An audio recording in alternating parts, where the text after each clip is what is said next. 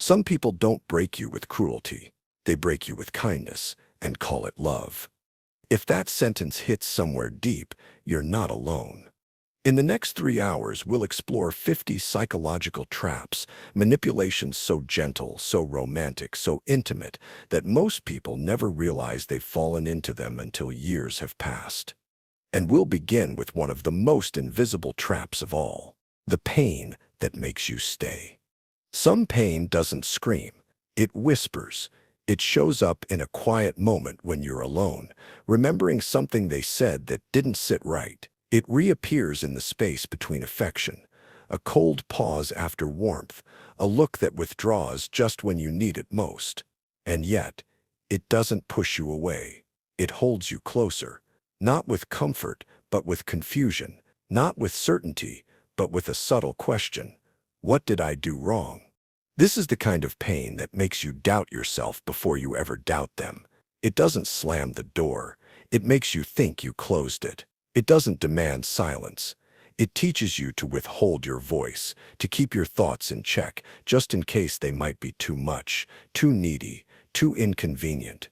The strange thing is, it can feel like love, that knot in your stomach, that rush of anxiety when they pull back. It becomes a signal that you care. You begin to equate the ache with meaning, the longing with depth, the volatility with passion. And when the affection returns, even briefly, it feels like rescue, as if the pain was proof that you endured something worth waiting for.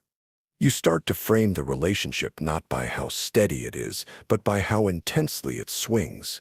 A small kind gesture feels monumental because it follows a storm. A compliment feels sacred because it arrives after criticism, and every reconciliation starts to feel like romance. You're not just staying with them, you're surviving them, and survival feels like proof that this must be special. But slowly, your boundaries begin to shift. The things that once made you uncomfortable now just seem normal. The things you used to question now become things you justify.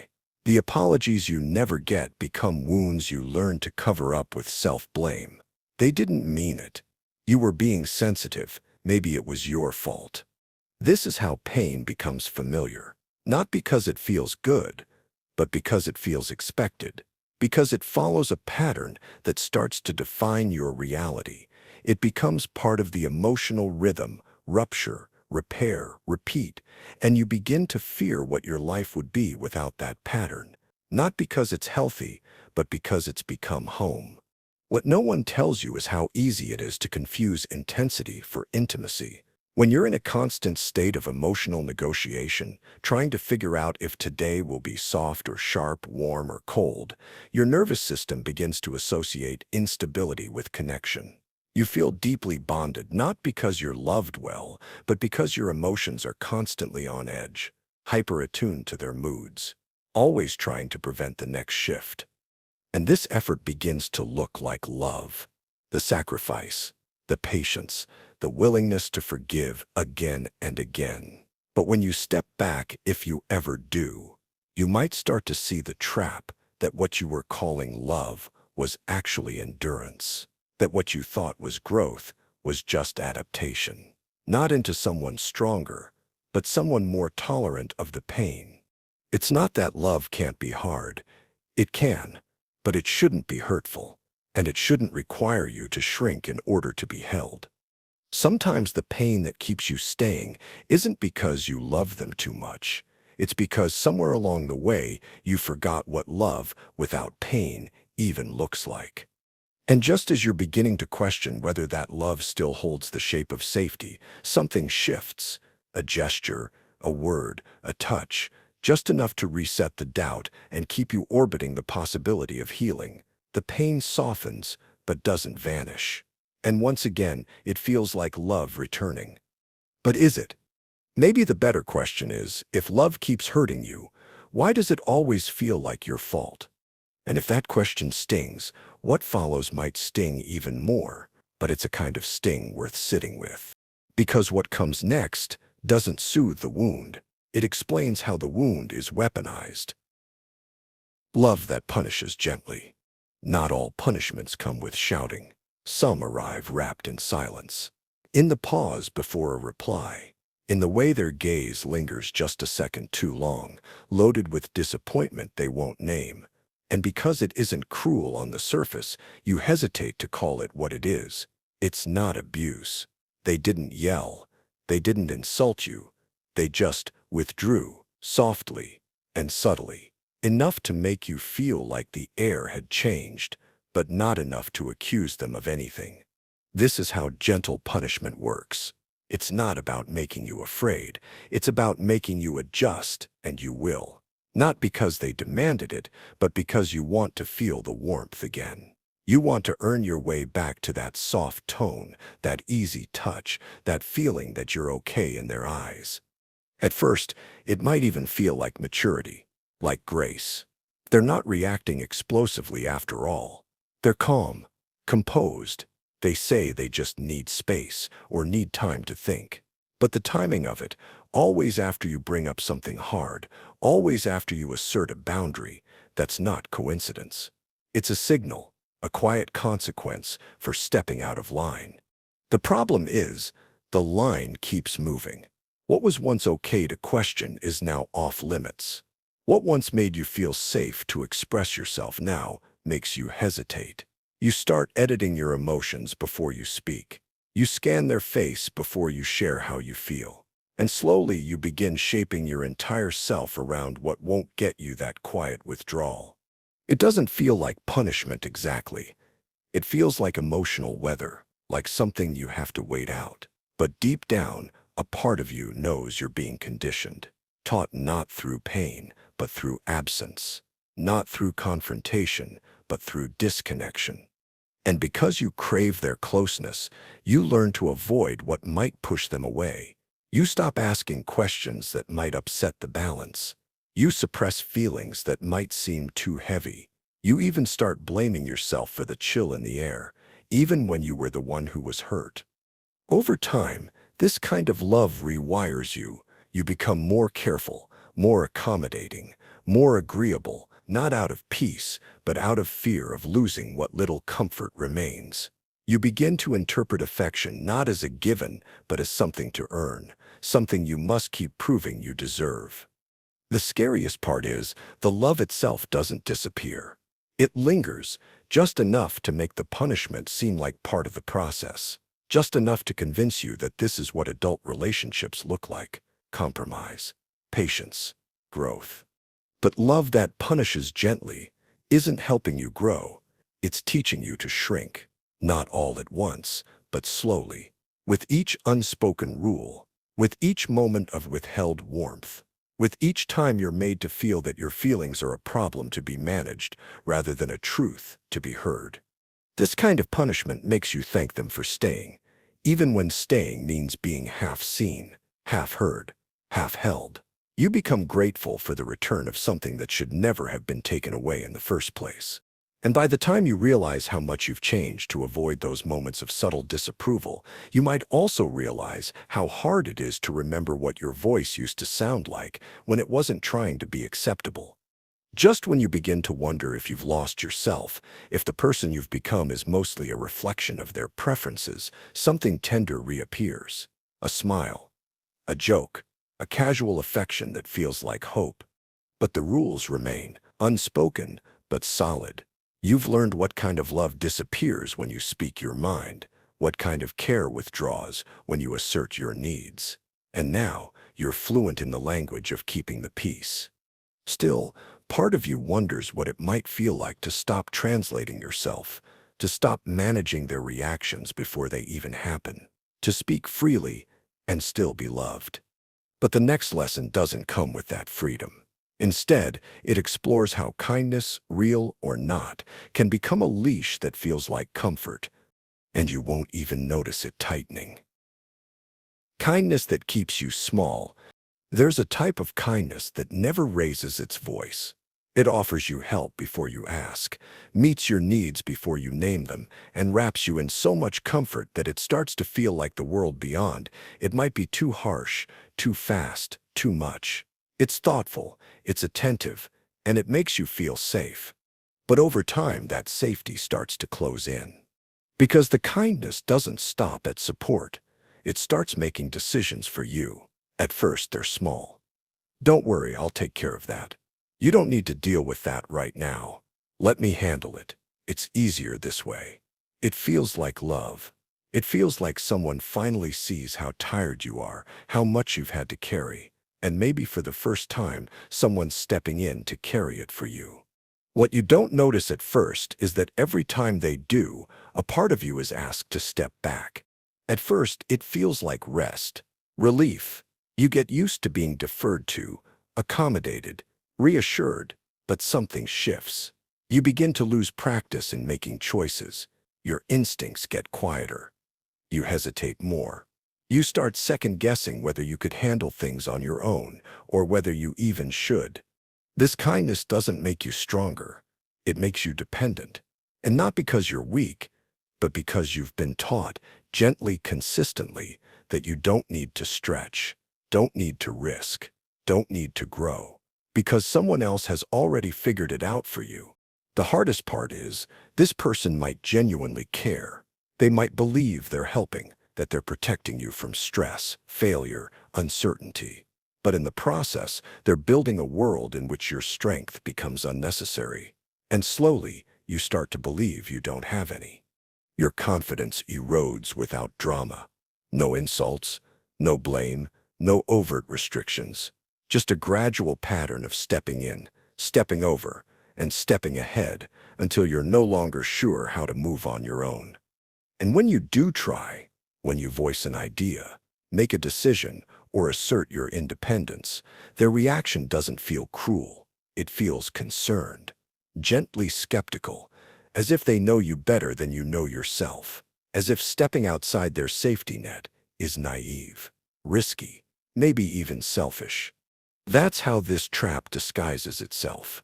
You don't feel dominated, you feel cared for, you don't feel silenced, you feel spoken for. And that makes it nearly impossible to name what's happening. Because how do you complain about kindness? How do you explain that the very person who's always been there for you has also been keeping you small? That their love has quietly undermined your ability to believe in yourself? It doesn't show up as control. It shows up as, I just want what's best for you. And if you resist, if you start to push back, they're wounded, hurt that you would question their good intentions. Now you're the one being ungrateful, rebellious, cold. So you pull back, reassure them, shrink a little, just to keep the peace, and the cycle tightens. Soon you don't just doubt your decisions, you doubt your worth without their approval. You don't just lean on them, you fear what life would look like if you didn't. And that's when you realize the kindness didn't empower you. It slowly removed the parts of you that didn't fit the version of you they were comfortable loving. The version that doesn't cause problems, doesn't reach too far, doesn't make choices that disrupt the delicate balance of care and control. You still call it love because it still looks like love, but inside you're starting to wonder if love should feel this small. Especially when the next form of affection isn't as soft, when the concern becomes more pointed, when the gentle support becomes firm direction, when what was once helpful begins to feel like something else entirely. Something that doesn't sound like I love you, but rather, I know what's best for you. Control disguised as care. It doesn't arrive like a threat. It arrives with concern, with a warm tone, a steady gaze, a hand on your shoulder that lingers just long enough to feel reassuring. They ask how you're doing, not just politely, but intensely. They want to know what you're thinking, how you're feeling, what you're planning, and it feels like intimacy. But it's not curiosity. It's surveillance in disguise. Control that comes in the name of care is the hardest to see, because it sounds like love. It sounds like, I just want to make sure you're okay. It sounds like, I know how sensitive you are, or you tend to overthink things. It sounds like someone who's really tuned into your needs. And that's what makes it so effective. The warnings don't come as orders. They come as doubts. Are you sure that's the best idea? I'm only saying this because I've seen you get hurt before. It's just that you don't always know who to trust. You start second-guessing not just your choices, but your instincts, your memory, your perception. And every time you hesitate, they're there ready with their version of what's right. At first, it's a relief, letting someone else carry the weight of decisions, letting them guide you, soothe your anxiety, shield you from consequences. But over time, you stop moving without their input. You wait for their green light before speaking your mind. You look for their approval in things as small as what to wear, or as large as who to love. And if you push back, even gently, the concern sharpens. They'll say you're being reactive, that you're misinterpreting, that your resistance is proof you're not thinking clearly. And maybe, in the moment, they're right. You do feel confused, off balance, uncertain. But that's not a coincidence. That confusion is part of the method. When control is dressed as care, it erodes you from the inside. You stop trusting your judgment because you've been trained to believe it's unreliable. You stop voicing discomfort because they've convinced you it's your trauma talking. You stop drawing boundaries because they insist boundaries mean you don't value their love.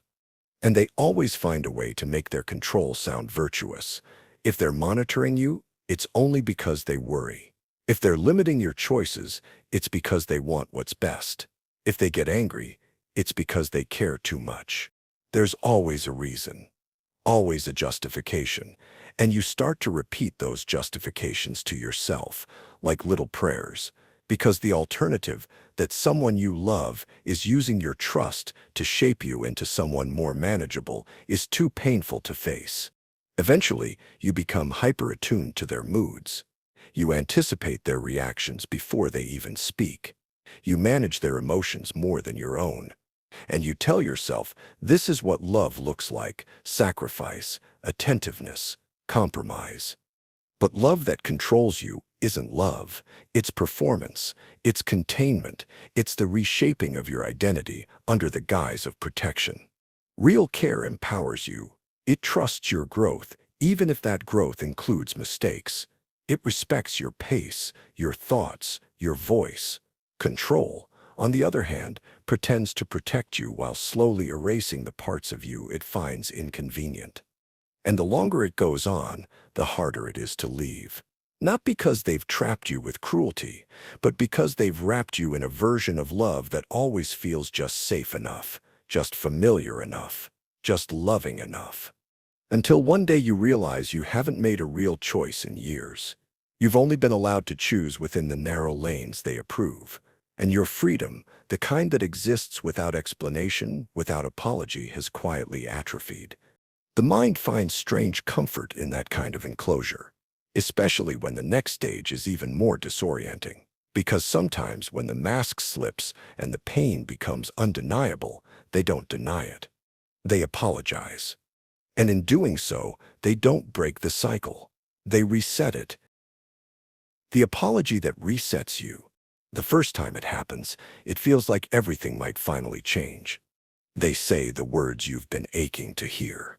Not in anger, not with resentment, but softly, sincerely. I'm sorry. And for a moment the air clears. The fog that's been weighing on you lifts. Your chest loosens. Your heart, still bruised, stretches toward hope. Maybe they finally understand. Maybe the hurt wasn't ignored after all. That moment is disarming because it mimics resolution. And when you've been trapped in a pattern of emotional confusion, an apology doesn't just feel like closure, it feels like salvation. A signal that the cycle is broken, that the pain mattered, that the love can still be trusted. But not all apologies are designed to heal. Some are engineered to reset the system, to rewind the tape, clear the tension, and resume control without any real change underneath. It begins with the performance of accountability, a lowered voice, averted eyes, a confession laced with just enough truth to sound brave. They say things like, "I know I hurt you," or "I didn't mean to make you feel that way," and you want to believe them. You need to believe them, because believing that they didn't mean it feels safer than believing that they did. But then something subtle shifts. The apology starts to turn. "I was under so much pressure. You know how I get when I'm overwhelmed. I guess I just lost control, but it was never about you. Suddenly, the weight you thought was being lifted is handed back to you. The pain you thought was seen becomes a misunderstanding, a product of stress, not a reflection of how they treat you. And then comes the pivot. You've hurt me too, you know. It's not fair to only look at my mistakes. I'm trying, but you're never satisfied. What began as an apology transforms into a negotiation, a balancing of sins, an emotional trade where your pain becomes a bargaining chip rather than something to be honored. And it works, not because you're naive, but because you're exhausted. The apology gives you a taste of what you've been craving: recognition, softness, relief. You cling to it because the alternative is harder to face, the possibility that none of this is accidental, that the pattern isn't breaking, that this is the pattern. You tell yourself, at least they're acknowledging it.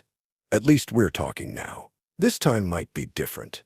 You start to measure love in apologies instead of respect, in guilt instead of growth.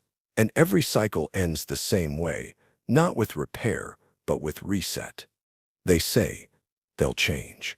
And for a little while they might. The tone softens. The warmth returns. They touch you like you matter again. They look at you like they remember why they loved you in the first place. But only until the balance tips again. Until your need for autonomy, for honesty, for space threatens their control. Then the old behaviors return, and when you flinch or confront or question, they'll remind you of the apology. I said I was sorry, didn't I? You said you forgave me. Why are you bringing this up again?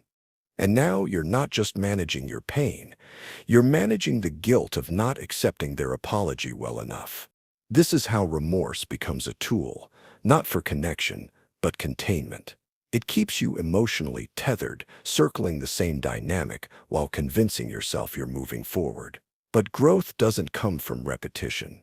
It comes from rupture, from naming the truth and letting it have consequences. A real apology changes behavior. It doesn't just quiet the storm, it rewrites the map. But when the goal is control, not healing, the apology is only a pause, a breath between storms. A reset button disguised as redemption. And just when you begin to recover, just when you start to see clearly again, they don't shout or demand or threaten. They smile, they open their arms, they offer affection. But that affection is never free. Affection with strings. It always starts sweet.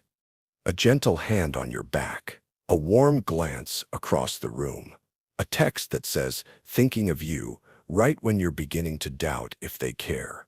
The affection feels real, because in that moment it is real, meant to calm you, pull you close, restore a shaky bond. And it works. Your guard drops. You soften again. You let them back in. But affection can be a message, a currency, a reward. Sometimes it says, "You're safe with me," but sometimes it means, "You did what I wanted." And when that's the rule, when tenderness follows only obedience, it doesn't feel like love. It feels like training. This kind of affection isn't offered freely. It's granted, allocated, withdrawn, and returned in a pattern that begins to shape your behavior without ever needing to ask. One moment, they're kissing your forehead like you're the most precious thing in the world.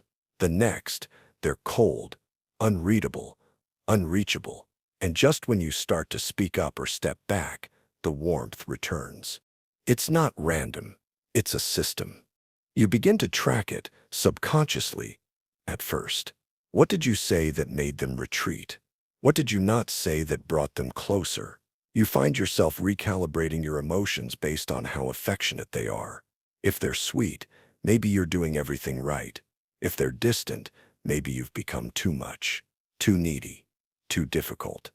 Soon you start editing yourself. You laugh a little harder. You shrink your concerns. You say what you think they want to hear, not because you're fake, but because affection has become a scarce resource. And when something is scarce, you learn how to earn it, even when it costs you pieces of yourself. At first it looks like compromise, like healthy give and take. But over time, the affection starts to feel conditional. You notice that it flows more easily when you agree, when you don't push back, when you smile through discomfort.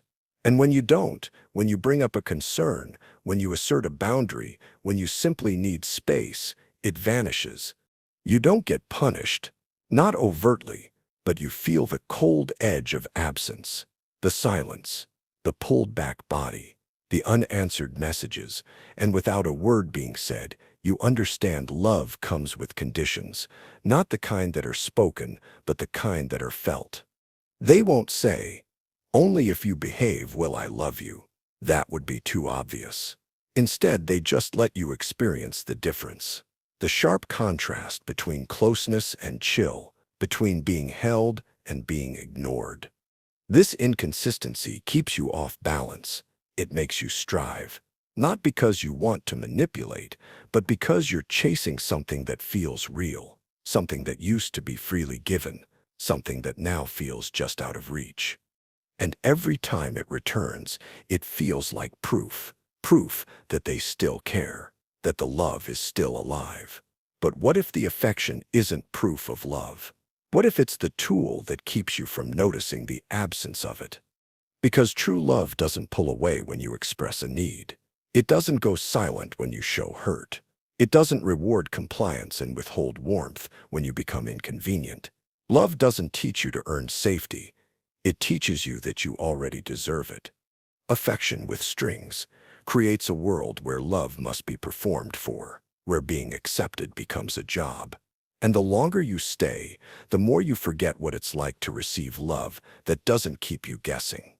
Sometimes the hardest thing to notice isn't cruelty, it's kindness with conditions. It feels better than nothing. It soothes just enough. But slowly, quietly, it changes the way you understand love itself. And once you believe that affection is something to win, not something to receive, you'll work for it. Even if you have to disappear to get it, alone and calling it love. There's a kind of loneliness that doesn't come from being alone. It comes from being unseen while sitting right next to someone who claims to know you best.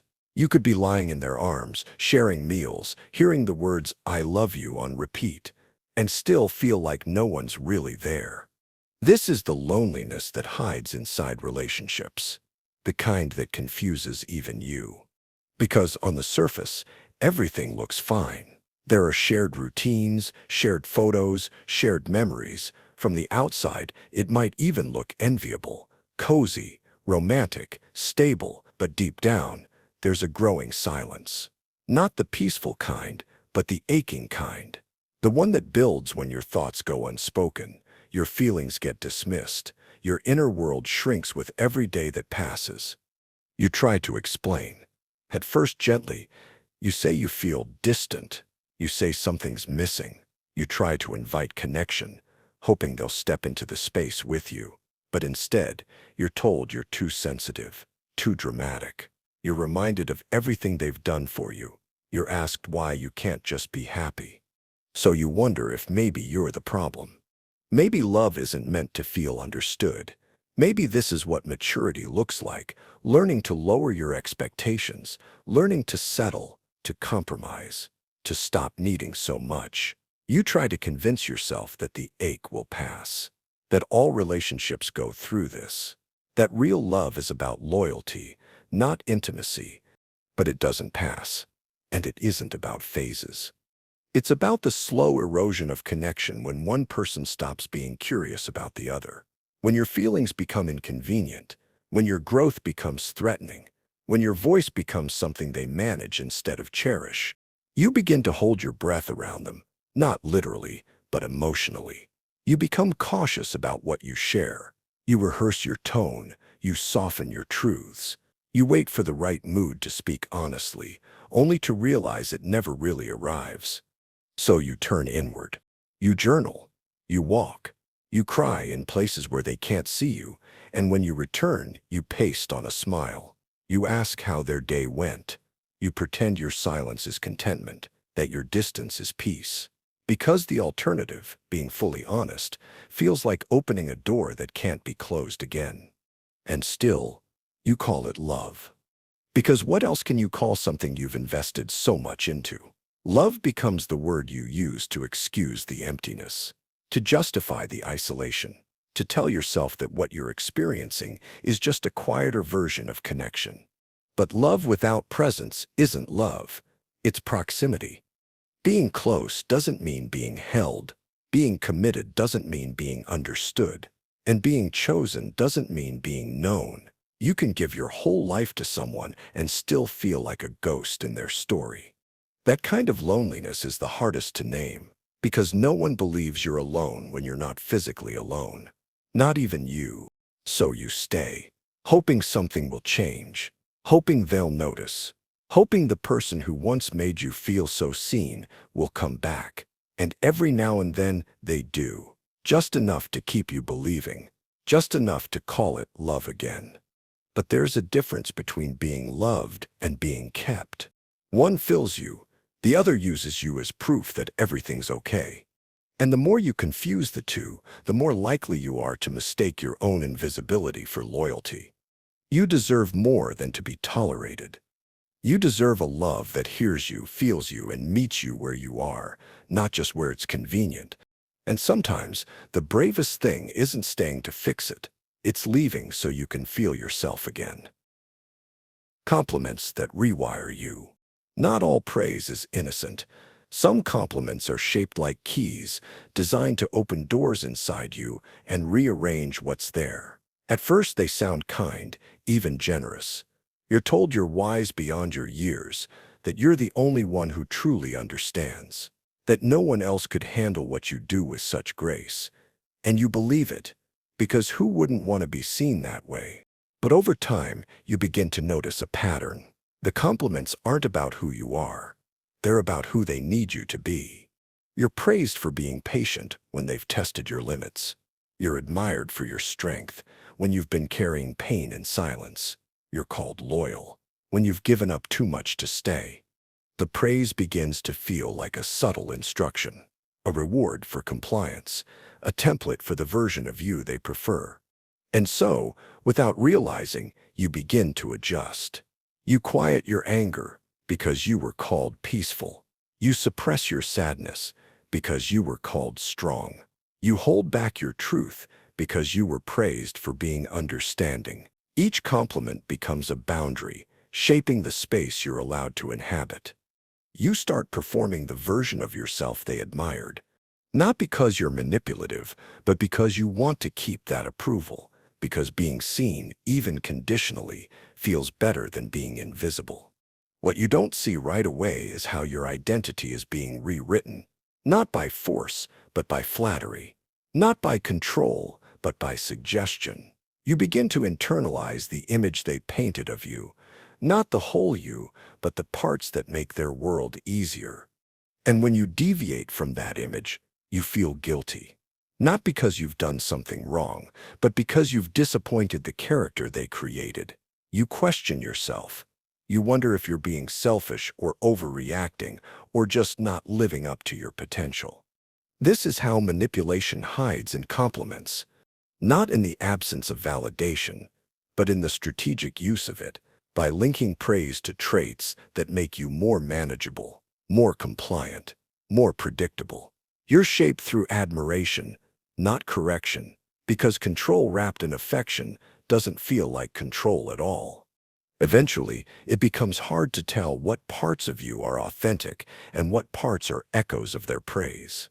You hesitate to act outside the role, not because you're unsure, but because you've come to depend on their approval to feel worthy. And if they withdraw that praise, it hits harder than criticism. It feels like loss, like rejection, like you're no longer enough, even though you never truly were, by their design. Real compliments affirm who you are, not who someone wants you to be. They make you feel more yourself, not less. They offer warmth, not leverage. But when praise becomes a tool for shaping behavior, it's no longer kindness, it's currency. And once you accept it, you're in the transaction. You may not realize it right away, because it feels good. It builds you up. It makes you feel special. But slowly, it teaches you to seek validation over authenticity, to chase approval over truth, to measure your worth through someone else's lens. Until one day, you look in the mirror and wonder who you're really trying to be. Familiar hurt feels like home. There's a certain ache that doesn't scare you. It's sharp, but known. Heavy, but oddly safe. And when someone brings it to you wrapped in love, you barely flinch, because deep down, it feels like something you've met before. It doesn't start with cruelty. It starts with warmth, with gestures that feel like safety, glances that feel like meaning, moments that feel like magic. You're drawn in by how much it all reminds you of love. Not perfect love, but the kind you've learned to expect. The kind that gives and then pulls away. The kind that holds you close and then goes silent. The kind that says, I need you, but only when you're most vulnerable. You tell yourself this is normal, that love is hard, that relationships take work. You excuse the silence, the sharp words, the emotional whiplash, because there's also laughter, there's connection, there are memories that feel too sacred to abandon. What you don't see right away is how your nervous system recognizes this rhythm, the tension, the withdrawal, the sudden, intoxicating return of affection. It's a pattern you didn't ask for, but one your body learned long ago. Maybe from a parent, maybe from a partner, maybe from years of being told that love is something you have to earn. So now, when it happens again, it doesn't feel like danger. It feels like home. And that's the trap. Because when something painful feels familiar, you stop questioning it. You start adapting to it. You find ways to manage the emotional roller coaster, telling yourself that the highs are worth the lows, that the anger is just passion, that the inconsistency is just complexity. You become fluent in translating harm into love. You tell your friends they don't understand. You defend the relationship because you've invested so much in believing it's real. And in the quiet moments, when doubt creeps in, you silence it with nostalgia. You remind yourself of the good times. You tell yourself no relationship is perfect. But what if it's not imperfection you're tolerating? What if it's a cycle you were trained to accept? One where your pain is brushed aside because the connection feels deep. One where you confuse intensity with intimacy. One where your past keeps showing up in new faces, wearing the same disguise. The most dangerous kind of hurt is the kind that doesn't scare you anymore. The kind that's woven into your sense of self. The kind that whispers, this is what love feels like. You stay not because you're weak, but because you've learned to survive in that space. You know how to brace yourself for the storm. You know how to hold your breath and wait for the warmth to return. You've built a whole emotional language around hoping things will change, around believing that love requires this much pain. And the truth is, you're not broken for feeling that way. But you are allowed to learn a different language, one where love doesn't come at the cost of peace, one where safety isn't followed by silence, one where presence doesn't feel like a performance. Because real love doesn't rely on trauma to feel alive. It doesn't need chaos to prove depth. It doesn't ask you to shrink, to brace, to doubt your own needs, just to keep the connection intact. It holds without hurting. It sees you without needing to wound you. And it doesn't look like the pain you've been taught to call home. Love bombing that feels holy. It begins with overwhelming warmth. Attention so intense, so focused, that it feels like being chosen by something higher. Not just romance, but revelation. As if someone looked into your soul, saw every scar, and decided to flood it with light. They say all the right things. You're perfect, special, meant to be. Every moment is sacred. Every interaction charged. Time bends around them. The rest of the world fades. And in their presence, you feel not just wanted, but divine. You don't realize it yet, but you're being swept into something more than affection. This is worship, not of them, of the connection, of the story they're writing with you at its center. They've placed you on a pedestal, not to lift you up, but to keep you still. At first, it feels like everything you've ever needed. You If you've been starved of affirmation, neglected, hurt, or overlooked, this sudden flood of affection doesn't feel suspicious. It feels overdue, like finally being seen after years in the dark. And that's what makes it work. Because love bombing doesn't operate on logic. It operates on longing. It doesn't target your mind. It targets the ache in your chest. The one that quietly asked, "Am I lovable?" and never really got an answer.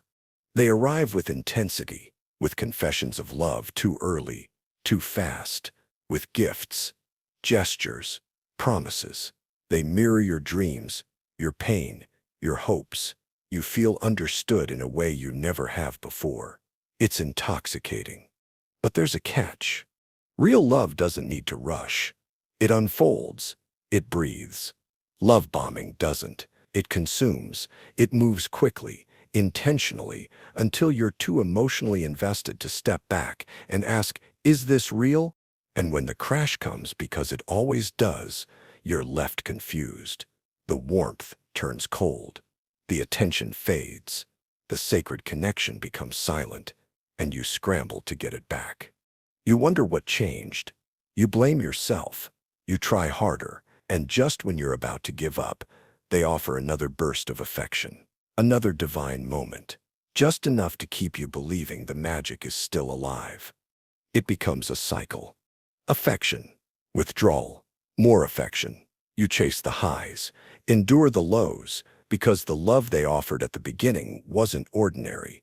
It felt holy, and losing it feels like losing part of yourself.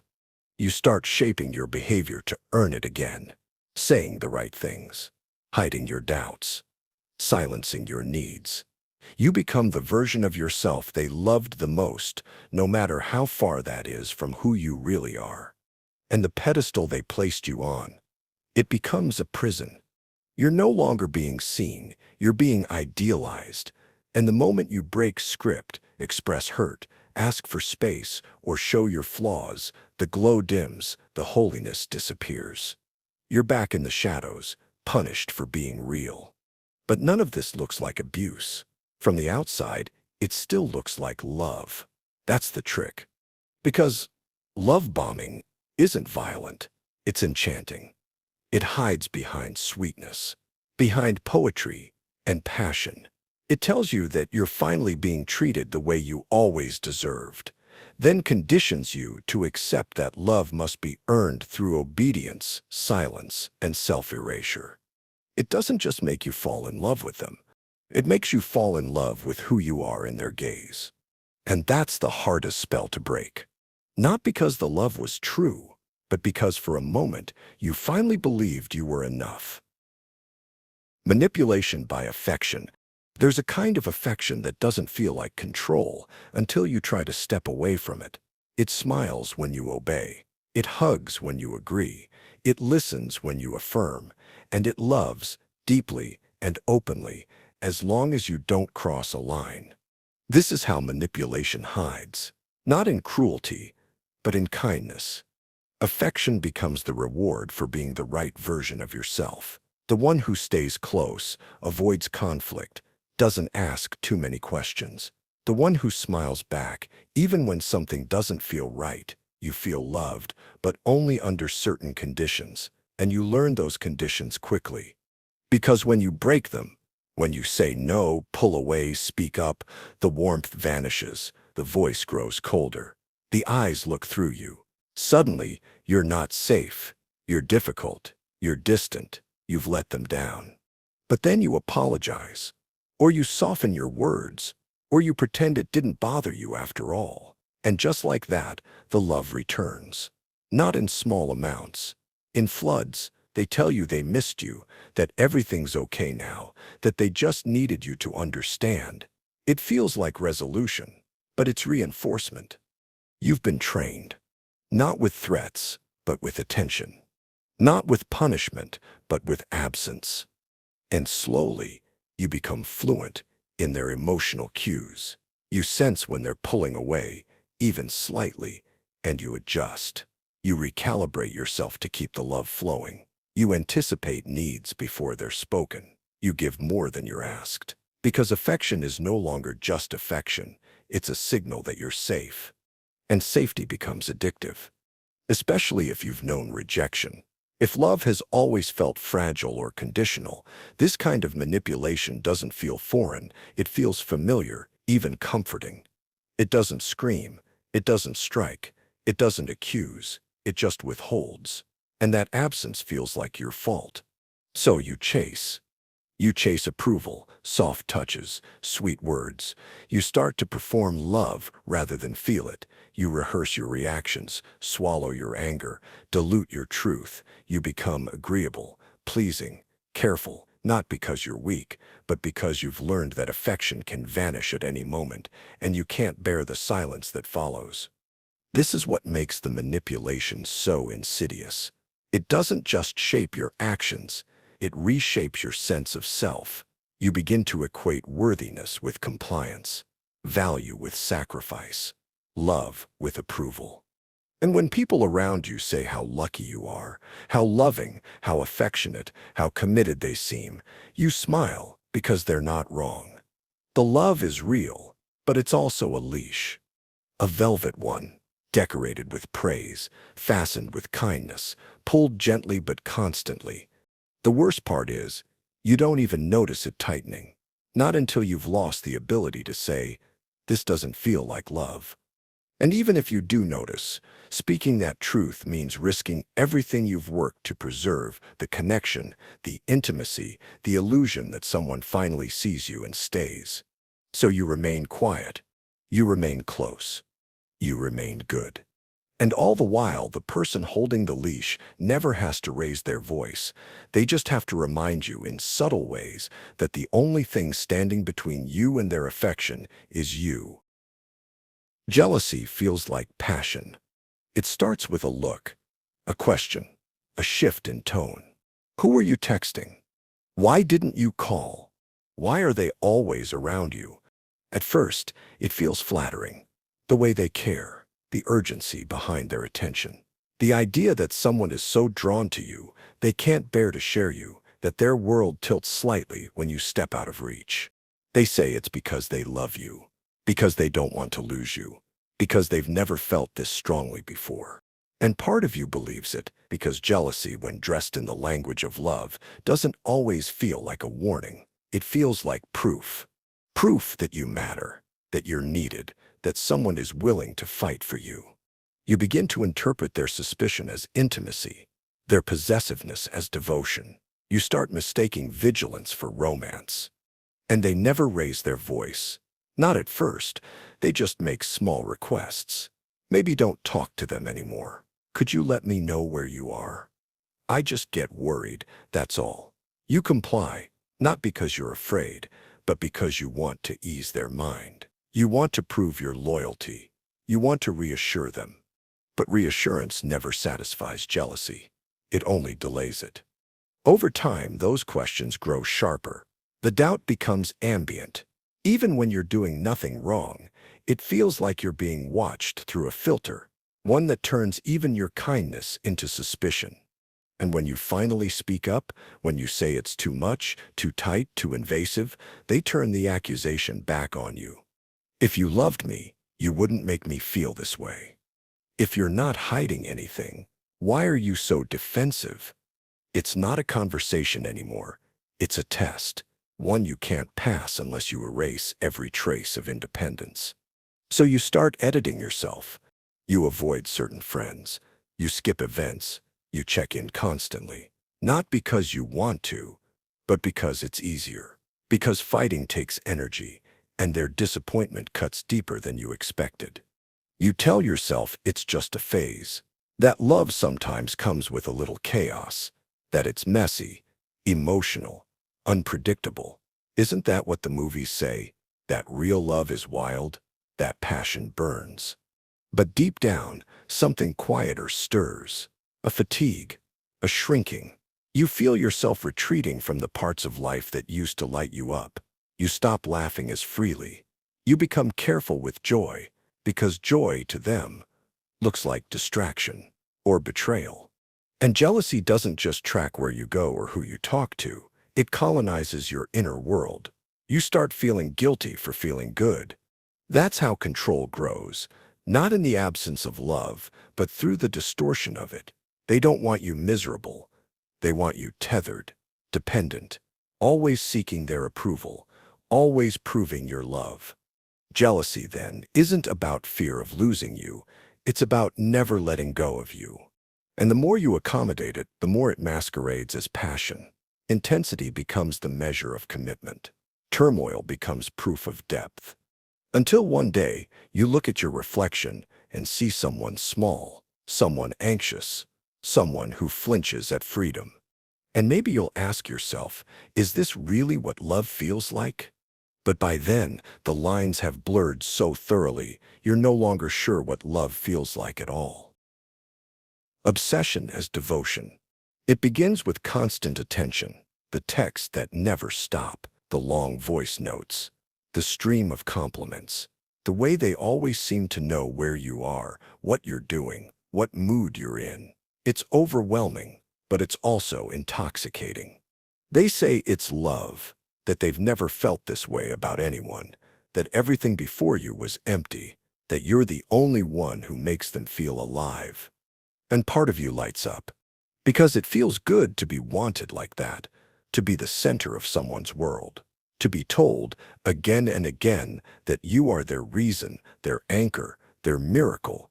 You start to believe that this intensity means something profound, that obsession is just love in its purest form. But obsession doesn't leave room for you to breathe. At first, it's hidden beneath grand gestures, surprise visits, middle-of-the-night calls just to hear your voice, sudden gifts, emotional declarations that feel like poetry. They memorize your routines. They mirror your interests. They praise you for things you didn't even know were worth noticing. And when you're flattered, they lean in more.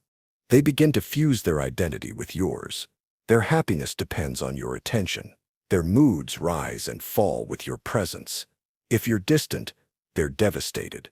If you're busy, they feel abandoned. If you need space, they panic. Suddenly, everything you do is interpreted through the lens of their need. They say, "I just love you so much." But it's not just love. It's dependency masked as romance. You begin to notice the pressure, how every interaction feels like a performance, how your affection has become a currency. You can't just live. You have to reassure, explain, soothe. You become responsible for their emotional weather. And slowly, the cost of pulling away grows higher. If you don't reply quickly, they spiral. If you make plans without them, they sulk. If you speak up about needing time alone, they cry or go silent, or accuse you of being ungrateful, of taking them for granted, of not feeling things as deeply as they do. So you stay close, closer than you want, because detaching even slightly creates chaos. Because you've been conditioned to believe that this closeness is proof of love, that if you back away, even for a moment, it means you're not as devoted. But devotion and obsession are not the same. Devotion allows space. Obsession fills it. Devotion respects boundaries. Obsession sees them as rejection. Devotion grows through mutual freedom. Obsession feeds on control and proximity. The more you comply, the more you disappear. Your rhythms are replaced by theirs. Your voice gets quieter. Your needs start to feel like threats. Until, eventually, you stop asking for what you need at all. Because obsession doesn't want a partner.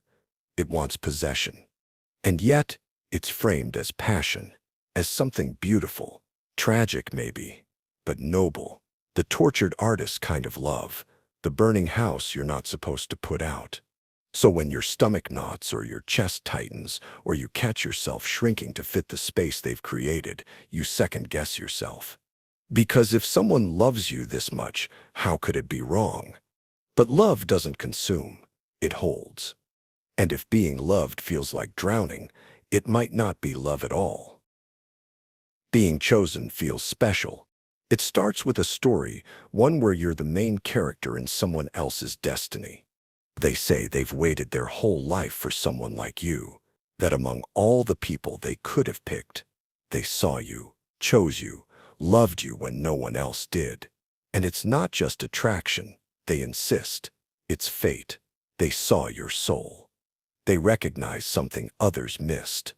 You weren't just wanted, you were selected. And at first, it feels beautiful, almost sacred, like you've been lifted out of the crowd and placed on a pedestal. You begin to internalize it, to believe that your worth has been confirmed by their choice. That being loved this deeply proves something about you, about your value, your uniqueness, your place in the world. But specialness has a cost. Because once you're chosen, you're expected to stay chosen, to uphold the fantasy, to live up to the role they cast you in. They don't just love you, they depend on you to be the version of you that completes them. And any sign that you are not who they imagined becomes a kind of betrayal. You're not allowed to have doubts, or off days, or limits. You're not allowed to change your mind. You were the answer to their search. So if you falter, if you step away, if you start to see things differently, it threatens the story. And in their story, you don't get to walk away. So they remind you of how rare this is, how lucky you are to be loved like this, how others would give anything to be in your place. They might even point to your past, to the people who overlooked you, hurt you, left you behind, and contrast it with their devotion. No one has ever loved you like I do, they say. And they mean it, not as reassurance, but as leverage. Because if you truly are the chosen one, then how could you leave? And if you leave, were you ever really special? That question sits under everything. And so you stay, because you're afraid that walking away will strip you of the status you've been given, that if you stop being theirs, you'll stop being enough. You start to perform the role, not just for them, but for yourself. You repeat the lines, I'm the lucky one. I'm the one they waited for. I'm the one who finally gets it right. You push down your discomfort, your confusion, your needs, because those don't fit the script. And over time, the feeling of being chosen starts to feel more like being owned. Because when your value is based on being someone else's answer, your freedom becomes a threat. Your independence looks like rejection. Your truth sounds like disloyalty. But real love doesn't select you to fulfill a fantasy. It sees you fully and stays anyway. It doesn't require you to be rare or perfect or preordained. It doesn't make your identity conditional on someone else's dream. Being chosen should feel like affirmation, not a contract. It should open you, not trap you. If it feels like a role you can't step out of, it's not love, it's a performance. And you deserve more than applause for staying in character. You deserve to be known, not just picked. Reward that follows pain. There's a reason people stay in harmful relationships long after the pain begins. It's not just fear or habit. It's the reward. Not constant, not predictable, but just enough. A look, a word, a fleeting moment of tenderness after hours of silence. A small gesture that feels like forgiveness after a storm of blame. The cycles are brutal, but the rewards are carefully timed. They don't erase the pain, they make it harder to name. Because once pain is followed by sweetness, the brain ties them together. It learns that endurance is the price of affection, that love must be earned through suffering, that peace is something you wait for, not something you live in. You begin to anticipate the hurt, but more dangerously, you also begin to crave the reconciliation, the apology, the intimacy, the way their voice softens when you're on the verge of walking away. Those are the moments that feel most real, as if finally they see you, as if all the chaos had meaning. Because look, they're holding you now. It's not just a reward, it's a justification. If there were no comfort after the conflict, you might leave. But the cycle makes it confusing. You're not in pain all the time, so maybe it's not abuse. You're not always afraid, so maybe it's just passion. And every time the kindness returns, it overwrites the memory of the cruelty that came before.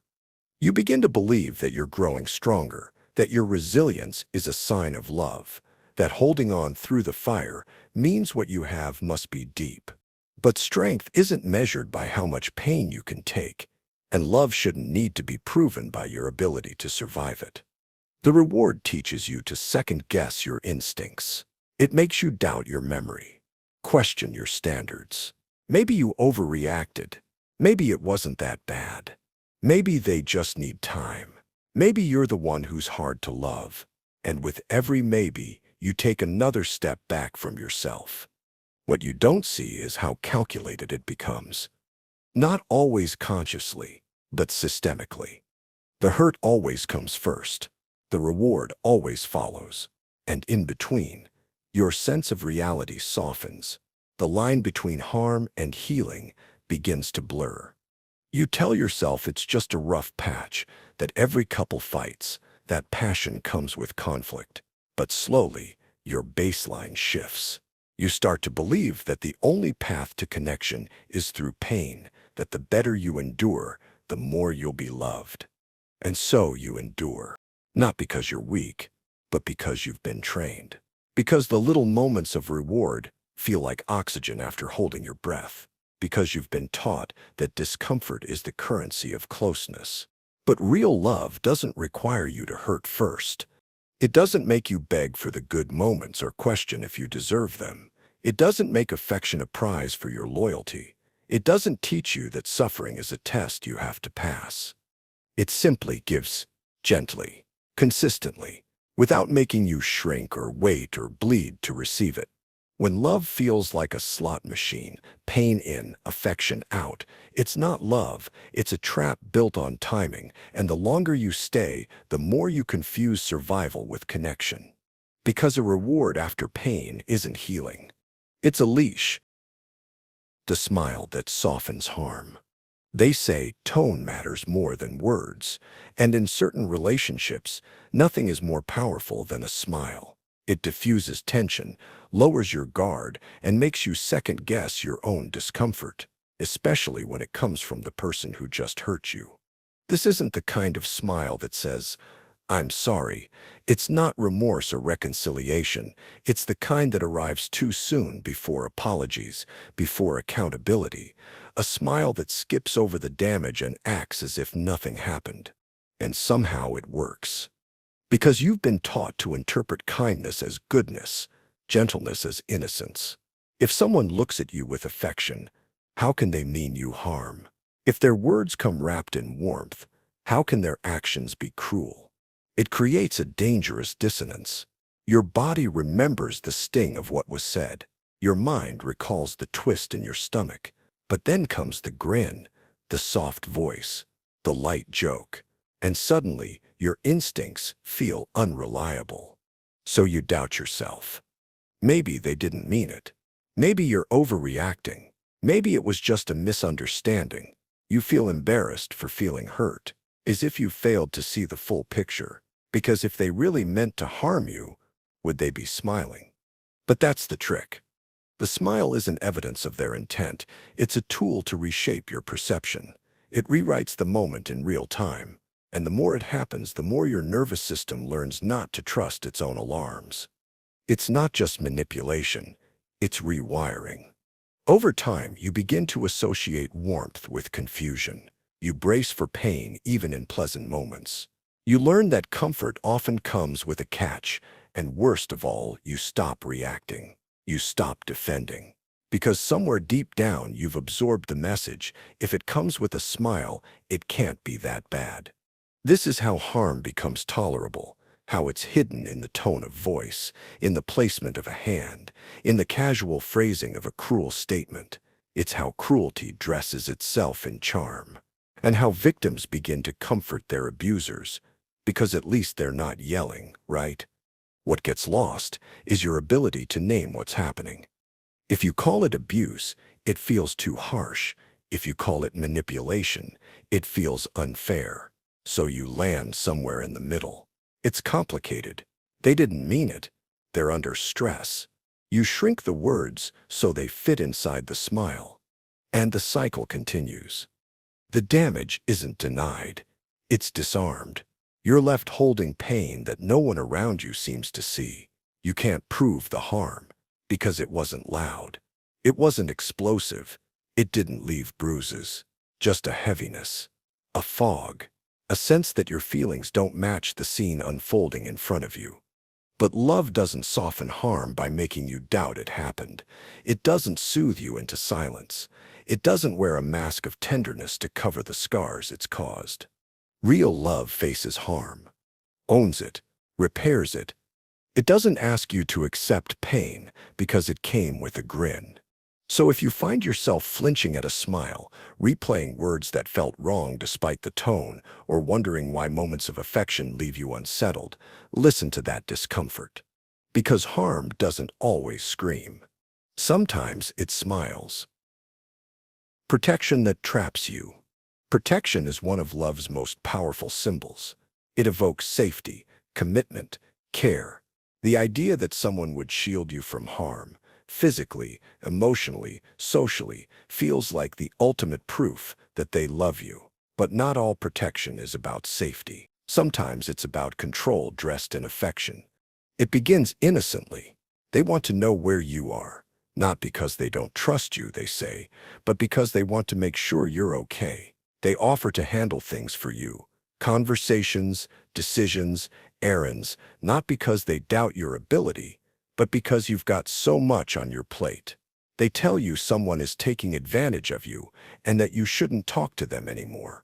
They tell you certain places aren't good for you, certain people aren't safe, certain thoughts aren't helpful. It doesn't feel like a warning. It feels like concern. At first, it's flattering. Someone who wants to protect you, who notices when you're overwhelmed, who steps in when things get complicated. That can feel like love in its purest form. You let them in. You trust their judgment. You lean on them a little more each time. But the space around you starts to shrink. What they call protection slowly becomes permission. You start to notice you're explaining yourself more, why you're going somewhere, who you're seeing, what you're thinking. You start choosing what to say based on what will seem reasonable to them. You stop doing things that might lead to a conversation you're not in the mood for. You start censoring your life. Because they've convinced you the world is dangerous and that they're the only one who truly understands you, the only one who sees through the lies, who knows what's best for you. They tell you they're protecting you not just from the world, but from yourself, from your poor choices, your bad habits, your misplaced trust. Soon, your life becomes a filtered version of itself. You don't make plans without checking in. You don't say yes to things spontaneously. You stop trusting your own instincts because theirs are always louder, and you start to forget what it feels like to act freely without second-guessing whether you'll have to explain yourself later. This isn't protection. It's surveillance disguised as love. And the trap is hard to escape because they're not threatening you. They're loving you. They're showing up. They're involved. They're attentive. The problem is, it's conditional. If you try to assert your own judgment, they withdraw. If you push back, they say you're ungrateful. If you assert your independence, they paint it as recklessness. They've made themselves the filter through which all your decisions must pass, not to keep you safe, but to keep you theirs. Real protection doesn't restrict you. It doesn't turn your world into a maze of permissions. It doesn't make your own thoughts feel dangerous. It doesn't claim your freedom as the price of being loved. You should feel more like yourself in love, not less. You should expand, not shrink. And if someone's idea of love makes your world smaller, it's not protection, it's possession. Because the moment safety is used to cage you, it stops being love and becomes something else entirely. Dependency as romance. There's a version of love that tells you, I can't live without you. And at first, that sounds like devotion, like something eternal. A love so deep, so pure, it blurs the lines between two people until there's no separation at all. Their needs are your needs. Your problems are theirs. Your identities start to merge. It doesn't happen overnight. It begins with little things. They say they miss you too much when you're gone for the weekend. They struggle to make decisions without you. They lean on you in ways that feel tender at first, asking for comfort, validation, reassurance. You feel needed, chosen, special. and that need grows. Soon they can't sleep without hearing from you. They say they don't know who they are when you're not around. They ask you to cut back on time with others so they don't feel alone. They confide that you're the only one who understands them, the only one they trust, the only one keeping them from falling apart. You want to be there for them. You want to help. That's what love is, right?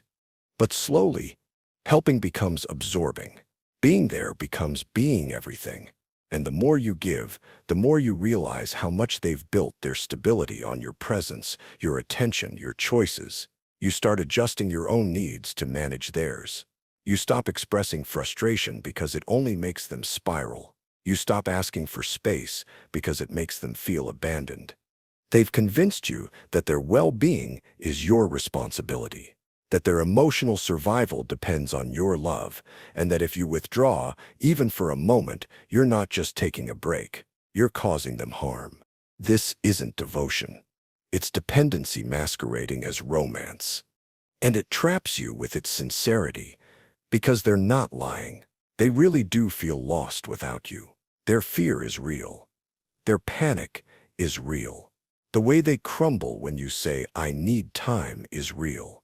And so you stay, not just out of love, but out of guilt, out of fear for what might happen to them if you stop carrying their weight. But what happens to you? You start to lose your boundaries. You hesitate to grow because growing might mean outgrowing them. You stop exploring your desires because they might trigger insecurity. You don't shine too brightly because they might feel small beside you. You trade your freedom for their sense of safety and call it love. And the worst part? The world around you may celebrate it. They'll call you a perfect match. Say how lucky they are to have you, how rare it is to find someone who gives so much, but they won't see the exhaustion behind your smile, the anxiety behind your choices, the way your world has shrunk to keep someone else from breaking. Dependency isn't intimacy, it's a hollowing of the self in service of someone else's stability. And while love can be vulnerable, interdependent, and supportive, it should never demand that you disappear. It should never require that you sacrifice your wholeness just to keep someone else from falling apart. Because love is not about becoming someone's crutch. It's about walking beside them, not carrying them. The illusion of being special. It begins with a look, a moment where the world narrows to just the two of you, where their attention lands so completely on you that it feels like gravity. They tell you things they claim they've never told anyone else. They say they've waited a long time to find someone like you, that you're different, that you get them in a way no one else ever has. And it feels incredible. To be chosen, to be seen so deeply. You begin to believe it, that maybe you really are the missing piece in their story. That your love, your presence, your insight, it's what they've been searching for. They say they're finally themselves around you, that you've awakened something in them. No one else could. But slowly, the pedestal you've been placed on becomes a kind of cage. Because being special isn't just a compliment, it becomes a role you have to play, a position you must uphold. You start to feel the pressure of their expectations, spoken or not. They turn to you for validation, for emotional rescue, for meaning. You become the lens through which they measure their value, their purpose, their worth. And any slip, any moment you fall short of that ideal, shakes the whole foundation. You find yourself editing your words to stay aligned with who they believe you are. You hesitate to share doubts or struggles because it threatens the perfect image they've constructed. You become afraid not of rejection, but of disappointment. You don't want to fall from grace, not after being lifted so high. What once felt like intimacy becomes performance. You're no longer just a partner, you're a symbol. The one who was supposed to save them, heal them, make them whole. They remind you of this in quiet ways. How much better they've become since meeting you, how much they depend on your love to stay strong, how lost they'd be without you. And it's flattering, until it's exhausting. Because their identity is now entangled with your approval, their stability rides on your presence. You're praised for being unlike anyone else, but that difference becomes a responsibility. You must always understand them. Always be patient. Always see through the chaos to the beauty they believe only you can find. It's not love. It's a projection. You're not special because of who you are. You're special because they need you to be. And if you step down, if you express doubt, anger, weariness, they don't know what to do with you because the version of you they built can't have flaws, can't say no, can't stop shining. If you falter, it threatens their sense of control. Their story begins to unravel. So they may shift, pull away, blame you for changing, accuse you of withholding what made you special in the first place. You'll wonder if you failed them, if you've become selfish, if maybe the connection wasn't real after all. But it was never about being loved for who you are. It was about being useful to their idea of who you were supposed to be. And love that makes you feel chosen only matters when it also makes you feel free. Guilt disguised as closeness. At first, it feels like connection, like you've reached a level of emotional depth most people never experience. They open up in ways that seem raw, unfiltered, deeply vulnerable. They tell you about their wounds, their childhood, their past heartbreaks, their deepest fears. You feel honored to be trusted. You tell yourself this is what intimacy looks like: messy, complicated, beautiful. But something shifts. Their pain becomes your responsibility. Their loneliness, your duty to soothe. Their anger, your burden to carry. You find yourself consoling them for things you didn't cause, apologizing for needs you didn't express, reassuring them endlessly, not because you've done something wrong, but because they've convinced you that your very existence might hurt them if you're not careful. They don't always say it outright. Sometimes it's a sigh, a silence, a change in mood. Other times, it's a story about how someone in their past made them feel small, and somehow your behavior reminds them of it. You pull back from a conversation, and they say they understand that people always leave. You forget to reply to a message, and they say they should have known better than to expect consistency. Each statement lands like a whisper of failure, not theirs, yours. You begin to monitor your impact constantly, not out of compassion, but fear. You edit your tone, your choices, your reactions, just to avoid triggering their sadness. You say, "I'm sorry," so often that it becomes your default setting. And when you try to take space, even briefly, you feel a weight settle in your chest, the weight of being the one who always has the power to hurt. That's how guilt disguises itself, not as blame, but as love. They make it feel like you're the only one who understands them, that no one else sees them the way you do, that you're their safe place, their lifeline, their mirror. And with that closeness comes a subtle expectation. Don't shatter the illusion. Don't withdraw. Don't disappoint.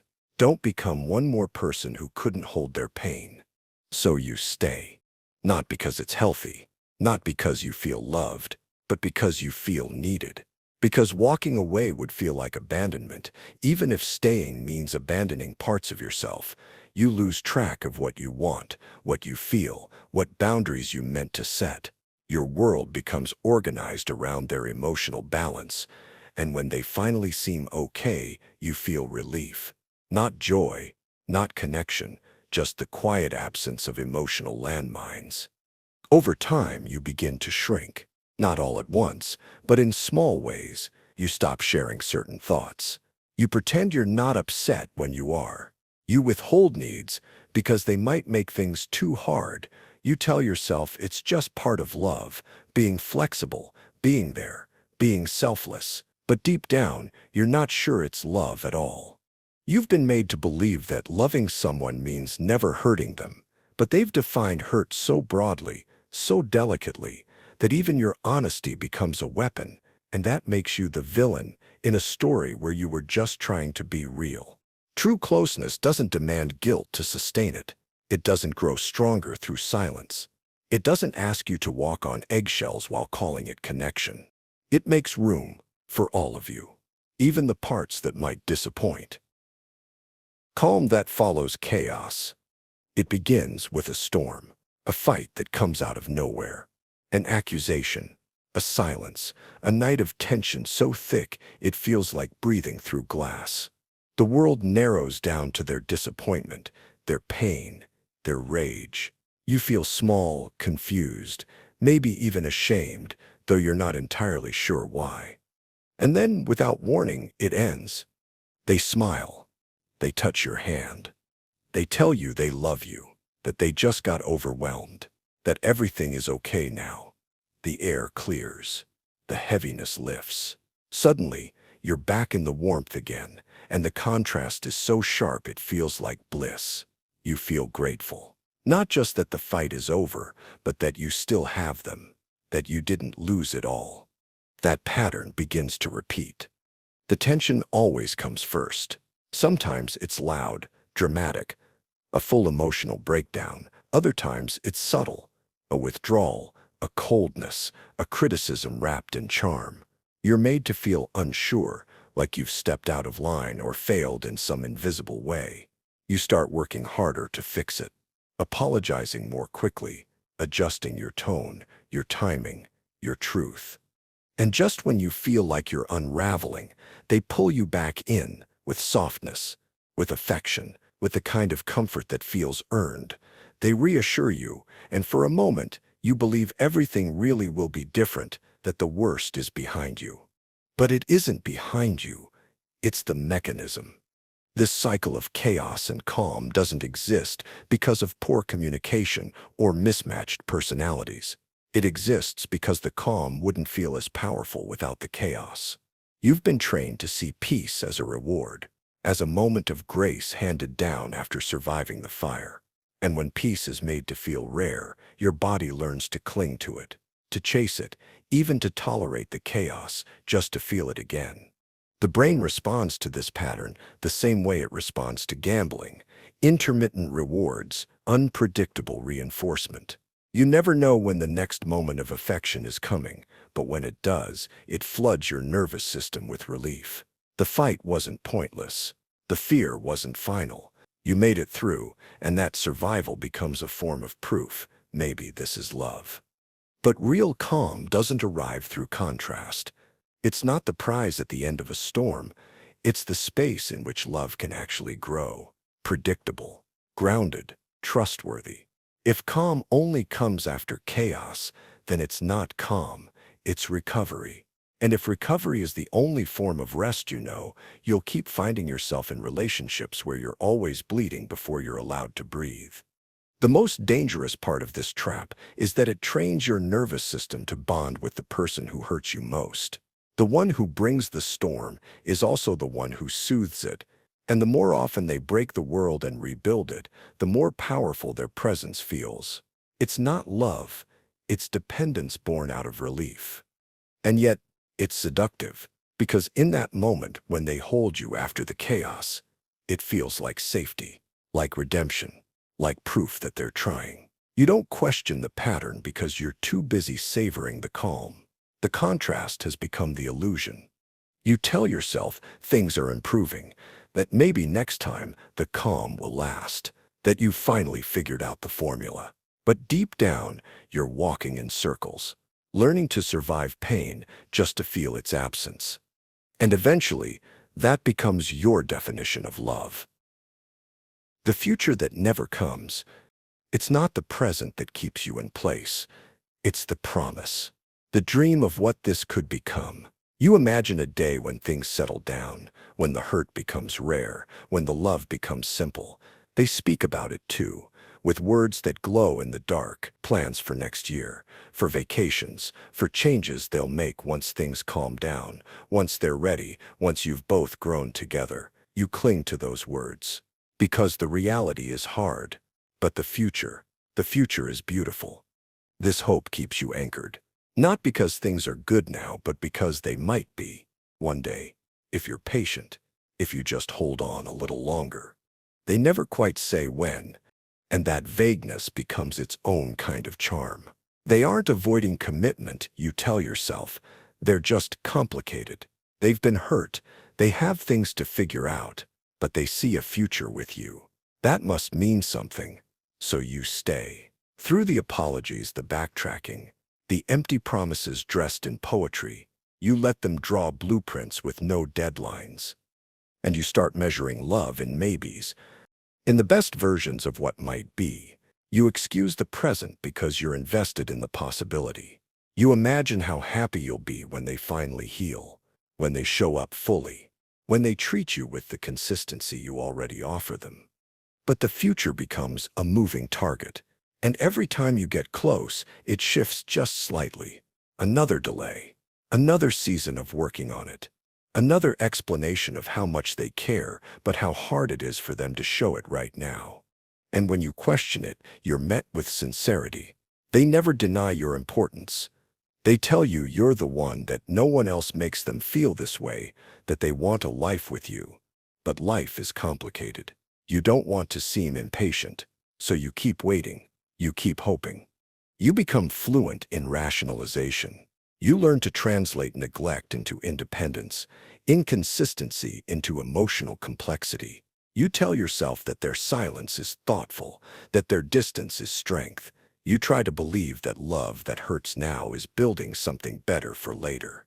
But one day you realize you're exhausted, not from the fights, not from the pain, but from the waiting, from the tension of holding your breath for years, from loving someone whose love only exists in the space between what they do and what they say they'll do. You begin to wonder if the future they speak of was ever meant to arrive, or if it's just a leash, a story they repeat, because they know you'll stay for it, because hope is a powerful glue, because people who feel lost will often choose a fantasy over starting from scratch. That's the trap. You didn't fall for lies.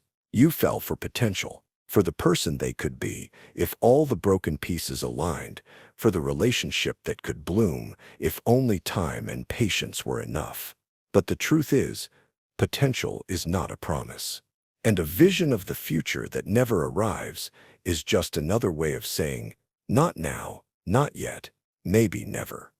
And deep down, that maybe never haunts you, because admitting it means facing the truth. You gave your heart to a mirage. You built a home in the air. You fed your soul on stories. And the worst part is, you still want to believe. You still want to think that, this time, things will change. That the next promise will be the real one. That the future is still waiting, just one sacrifice away. But some futures only exist to keep you stuck in the present. I need you as a chain. It sounds like love, maybe even the purest form of it. Not just I love you, but I need you. It carries weight, urgency, a sense that without you, they might fall apart, and that makes you feel something powerful, important, chosen, essential. In a world where so many people are afraid to commit, here is someone saying they can't imagine life without you. But need isn't always love. Sometimes it's dependence. Sometimes it's a strategy. Sometimes it's a cage that wraps around you disguised as devotion. Because when someone tells you they need you to function, to heal, to stay alive, they're not just expressing vulnerability, they're shifting the burden. Now your emotional well-being is tied to their survival. Their chaos becomes your responsibility. Their wounds, your mission. At first it feels like intimacy, like you're building something unshakable. But soon you begin to notice how heavy it all feels, how your own needs are getting quieter, how your boundaries blur, how every conflict becomes a crisis you must soothe. Their fear of losing you becomes your guilt for even thinking about leaving. And if you ever pull back, even a little, the response is immediate: panic, accusations, desperation. Don't leave me. I can't do this without you. You're all I have. The lines sound dramatic, but in the moment they don't feel manipulative. They feel tragic. Like walking away would be an act of cruelty. So you stay, not because you're thriving, but because they're unraveling.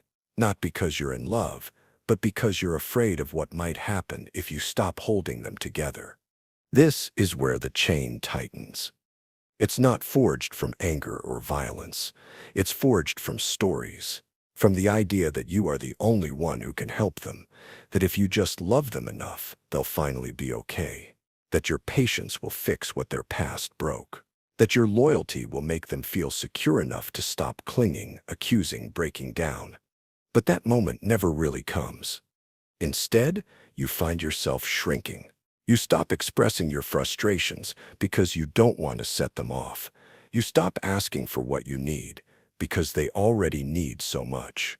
You begin to confuse emotional labor with emotional connection, and you convince yourself that sacrifice is the price of love. All the while they keep needing, and the more you give, the more they fear losing you, so they pull you closer, with tears, with panic, with promises. I'll change. I'll get help. I just need you to believe in me. And sometimes they do try, for a while. But when their old patterns return, you're the one who feels responsible, because leaving now wouldn't just be walking away from a relationship. It would feel like abandoning someone broken. That's the trap. It's not built on power. It's built on sympathy, on your desire to be good, kind, needed. But love that relies on your erasure isn't love, it's emotional capture.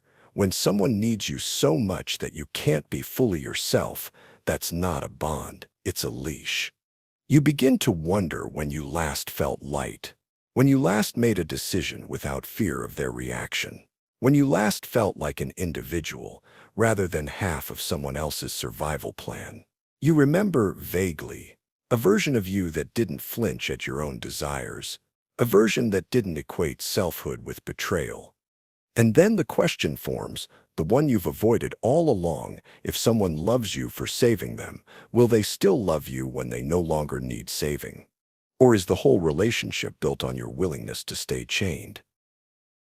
The fixer fantasy. There's a certain kind of love that doesn't look like romance at first. It looks like purpose, like finally being useful. You meet someone who's damaged, misunderstood, or lost, and something inside you lights up. Not just attraction, but mission. You see the hurt in their eyes, the cracks in their story, and you think, I can help them. I can fix this. And at first, that feeling feels noble. You're not drawn to them because they're perfect. You're drawn to them because they're broken, because they've been mistreated, because they never had someone show up the way you planned to. They tell you things they've never told anyone. They open up in ways they say they've never dared to before. You feel like the exception, the one who gets past their walls, the one who will rewrite their ending. But underneath all of it is a subtle illusion that love is something you earn by healing someone else, that if you give enough, listen enough, sacrifice enough, they'll transform, that your patience, your compassion, your loyalty will one day be rewarded with the version of them you always believed was waiting underneath the pain. Only that day keeps moving. Because the pain doesn't disappear. The wounds don't vanish. Sometimes they get worse, and every time they lash out, shut down, or pull away, you tell yourself it's just another layer being peeled back, just another step toward the real connection. You're not alarmed, you're invested. You believe in them even when they don't. You stand in the storm because you've convinced yourself the calm will come, and when it does, you want to be the one who brought it. But the fixer role comes with a cost. You stop expressing your own needs because theirs always feel more urgent. You start downplaying your pain because they've been through so much. You justify their cruelty as trauma responses, their unreliability as fear of abandonment. You turn every red flag into a repair project. And all the while, you carry the weight of someone else's healing as if it's the proof of your own worth. In this story, love becomes a performance of endurance, a test of how much you're willing to carry, how deep your empathy runs, how little you can ask for while still showing up.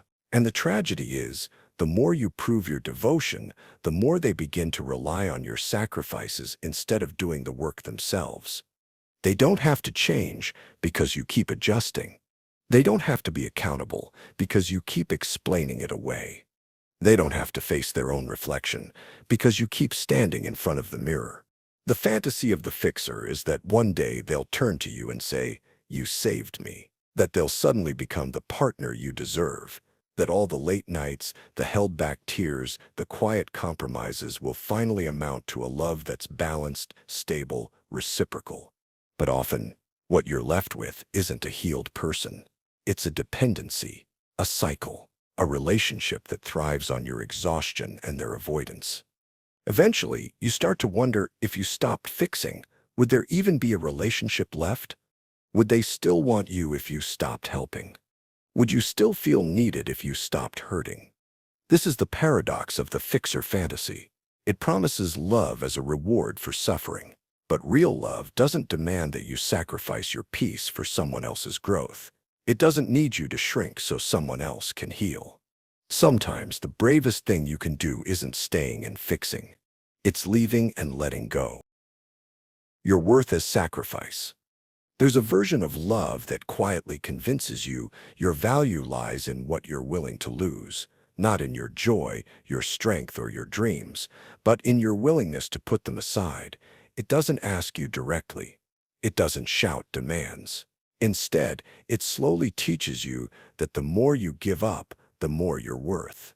And it calls that love. At first, the sacrifices seem small. You cancel plans because they're having a hard day. You adjust your tone so you don't trigger their insecurity. You give more space, more patience, more understanding, even when it's not returned. You tell yourself, this is compassion. This is compromise. This is what it means to love someone well. But the scale begins to tilt. Slowly, then steeply. You start saying no to opportunities because they might make your partner uncomfortable. You avoid people who once grounded you because those connections are threats to the bond. You hide parts of yourself that used to feel essential, your ambition, your humor, your independence, because they no longer fit the version of you that keeps things peaceful. And when you feel the sting of those losses, you don't complain. Instead, you wear them like a badge. Look how loyal I am. Look how committed. Look how much I'm willing to give up. Somewhere along the way, love stopped being a connection and became a test. And the test is simple. How much pain can you endure before it breaks you? This is the trap of sacrificial worth. You begin to equate suffering with significance. The more you bend, the more you matter. The more you hurt, the more important you become. And in return, you're fed breadcrumbs of praise. You're told you're strong, selfless, different from the others, that no one else has ever stayed like you have, that you're the only one who truly understands them. It sounds like affection, but it's reinforcement. It keeps you investing in a system that drains you because leaving would mean everything you gave was for nothing. So you double down. You tell yourself that maybe love really does mean always putting someone else first. That maybe the best kind of love is the one that demands everything. But love that requires you to vanish isn't love, it's worship. It's a one-sided devotion dressed in emotional language. And the longer you stay in it, the more distant you become from the person you used to be. Not just in action, but in identity. You begin to see yourself through their eyes, through what you can offer, not who you are, through how well you meet their needs, not how fully you live your own truth. And yet you hope that one day your sacrifice will be recognized, that one day they'll look at all you've given up and say, you don't have to anymore, that they'll finally hold your needs with the same tenderness you've held theirs. But that moment rarely comes. Because in this kind of dynamic, your value isn't in your being, it's in your breaking. Eventually, you may come to a question you can't ignore. Who would you be if you stopped giving so much? What parts of you would return if they no longer had to prove their worth through pain? And the scariest one of all, do you even remember what it feels like to be loved without needing to earn it? Because real love doesn't keep score. It doesn't ask for proof. It doesn't measure devotion in what you're willing to destroy. It welcomes your boundaries, honors your joy, and invites all of you to the table, not just the parts that serve someone else. And if someone only values your love when it costs you everything, they don't love you. They love what they can take. Exclusivity as a cage. There's a kind of love that wraps itself in romance, but moves like possession. It tells you you're the only one, the one they've waited for. the one no one else could understand. It feels intoxicating at first, like a rare discovery, like being lifted above the crowd. You're not just special, you're sacred, chosen. And at first, exclusivity sounds like a promise that you won't be replaced, that no one else will ever matter more, that your place in their life is permanent and protected. It comes with whispered reassurances and passionate declarations. You're told this bond is different, rare, beyond question. And who wouldn't want to believe that? But slowly, the promise tightens. The language of love becomes a language of limits. It's not just about being important to each other. It's about being everything. You're encouraged to pull away from others, to keep the connection pure. Friends become distractions. Family becomes unnecessary. Old ties start to look like threats. They say it's about loyalty, about depth, about focus. They ask why you'd need anyone else when you have them. And the question sinks in. You start measuring your love by how much you let go of, how much of the world you're willing to give up just to be theirs. The cage isn't built with force. It's built with flattery. You're praised for your devotion, for cutting ties, for being all in. You're told that others wouldn't understand the bond you share, that this connection is too profound for outsiders. So you keep it protected, isolated, contained. But real love doesn't require isolation to survive. Only control does. And that's what exclusivity becomes, not a boundary, but a boundary enforced by fear. Fear that you'll be disloyal just by needing someone else. Fear that connection outside the relationship is betrayal. Fear that attention, even unintentional, is proof of drifting. So you become smaller. You edit your life. You turn down invitations, silence your opinions, dull your spark so you don't threaten the balance. Eventually, you start to believe that being truly loved means being entirely consumed, that needing space, privacy, or independence is selfish. You begin to internalize the idea that love must be total, that boundaries mean distance, that freedom is dangerous. And that's the trap. Because the more isolated you become, the more your world shrinks to fit theirs. The more you rely on them to meet every emotional need, the more you bend to preserve harmony, the less you remember how to exist outside of it. Until one day you look up and realize the walls around you weren't built to keep others out. They were built to keep you in. And if you ever reach for the door, you'll be reminded of what's at stake. That stepping outside the cage means losing the love inside it. That exclusivity isn't just a condition, it's a contract. Break it, and everything breaks. This is how exclusivity becomes suffocating. Not because love isn't present, but because freedom isn't. Not because you're unloved, but because you're loved in a way that's built on possession. The kind of love that says, "You belong to me," and calls it devotion. But love isn't ownership. It isn't proven by how many people you push away. It's proven by how safely you can expand. How free you feel to be all of yourself and still be held. When love starts to sound like a lock clicking into place, you have to ask, is this a relationship or a prison with soft walls? Because even a velvet cage is still a cage. Being watched feels warm. There's a certain kind of attention that feels like care when someone notices the little things, remembers your schedule, tracks your mood, asks how you slept, what you ate, whether you made it home safely. It feels like love at first, like someone finally sees you. Not just your outer movements, but your inner weather, your patterns, your pace, your silence. You start to feel wrapped in a sense of being known, noticed, protected. And that warmth is powerful, especially if you've gone years feeling invisible, overlooked, or misunderstood. Now, there's someone who cares enough to watch closely, who makes your world feel less chaotic by monitoring it for you. But love and surveillance can wear the same face. What begins as genuine interest can evolve into something else, something less about knowing you and more about controlling you. The questions become more frequent, the check-ins more pointed. You start to notice that every detail you share is remembered, and sometimes used.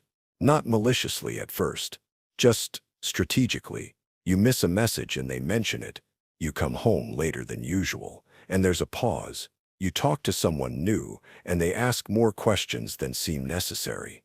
It's framed as protection, as care, as devotion, but behind it, there's a current of vigilance. Your time, your choices, your relationships, everything becomes subject to gentle scrutiny, not through anger or demands, but through that familiar warmth, that tender voice that says, I just worry about you, or I only ask because I care. And so, you accept the watchfulness. You let it grow, because it still feels like love.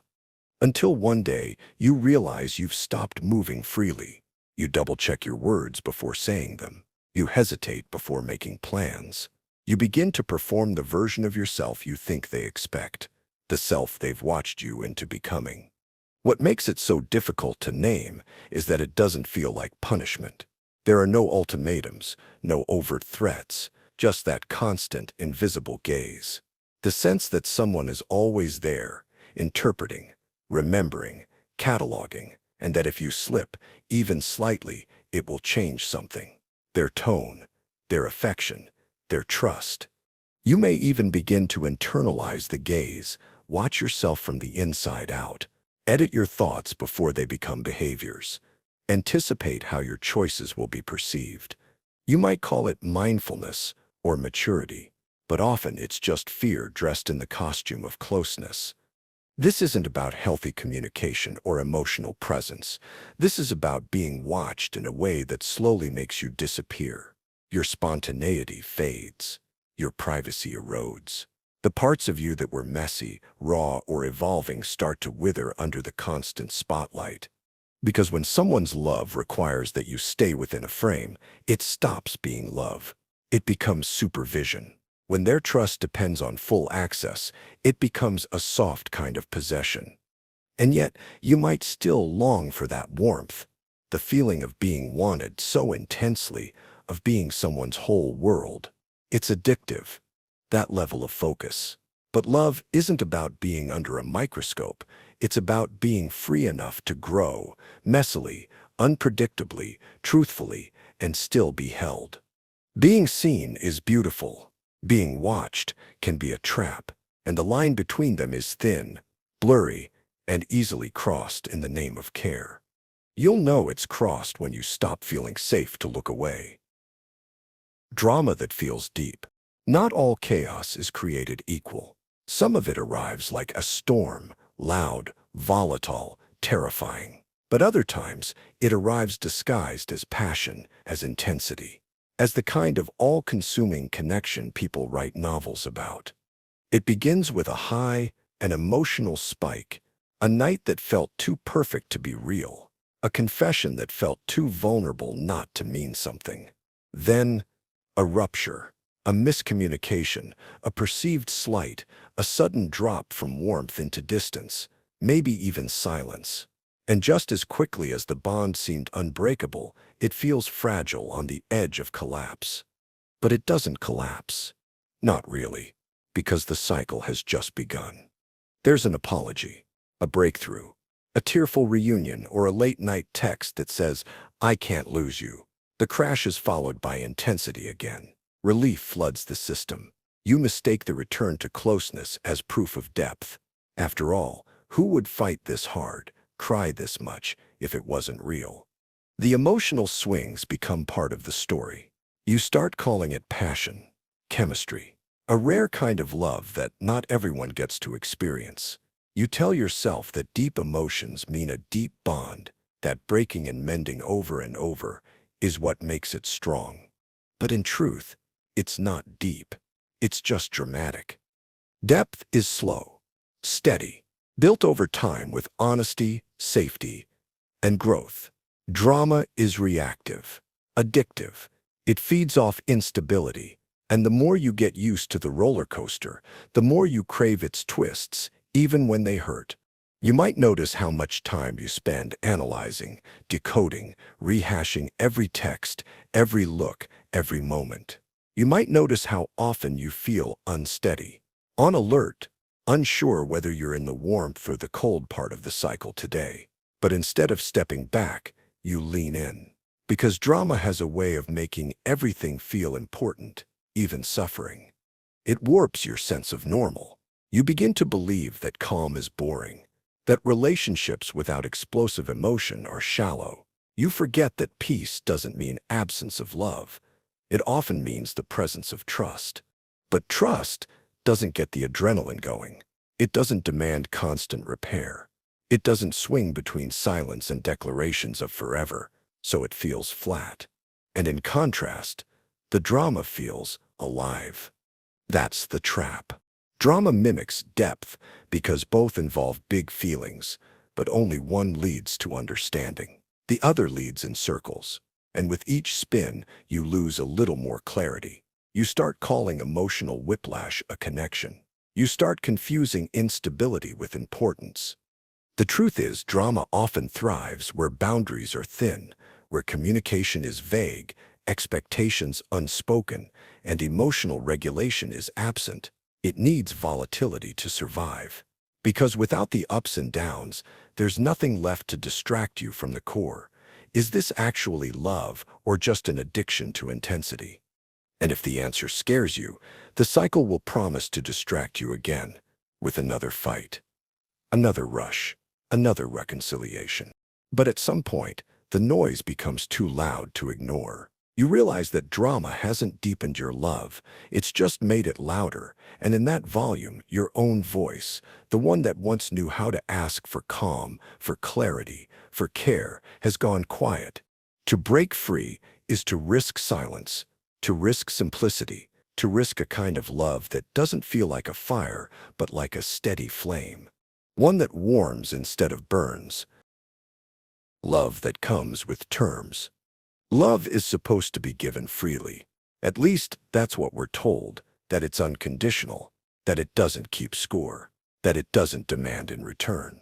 But when love becomes a transaction, care given only if compliance is met, warmth exchanged for obedience, something quiet and corrosive takes hold. At first, it's subtle. The affection seems genuine, the compliments feel real. But underneath each moment of kindness, there's a price. You're expected to behave a certain way, agree with certain ideas, shape your personality to match the terms that aren't written but clearly understood. It's not always spoken outright. No one says, "I'll only love you if you become this version of yourself." But the message is there, through the withdrawal of affection when you express doubt, through the coldness that follows disagreement, through the moments when vulnerability is met with criticism instead of compassion. So you adjust, not all at once, but gradually. You become more agreeable. You second-guess your instincts before sharing them. You learn what pleases and what triggers distance. And because the reward is love, love you desperately want, you keep adjusting. Until eventually, the version of you that earns affection barely resembles the one who first reached for it. And yet you still call it love. Because the terms aren't enforced with cruelty. They're enforced with approval, with praise when you comply, with silence when you resist. The system teaches you to internalize the contract. You begin policing your own emotions to stay within its bounds. You tell yourself you're growing, becoming more mature, more peaceful, but what you're really becoming is more controllable. The moments of closeness become addictive, not because they're abundant, but because they're scarce. And when they arrive, they feel earned, like proof you're finally doing things right. That's the illusion. When love is tied to performance, every drop feels like validation, like survival. And the thought of losing it doesn't just mean being alone, it means being unworthy. Over time, you forget that love isn't supposed to feel like a job interview. That it isn't supposed to hinge on whether you say the right things, believe the right ideas, or suppress the wrong parts of yourself.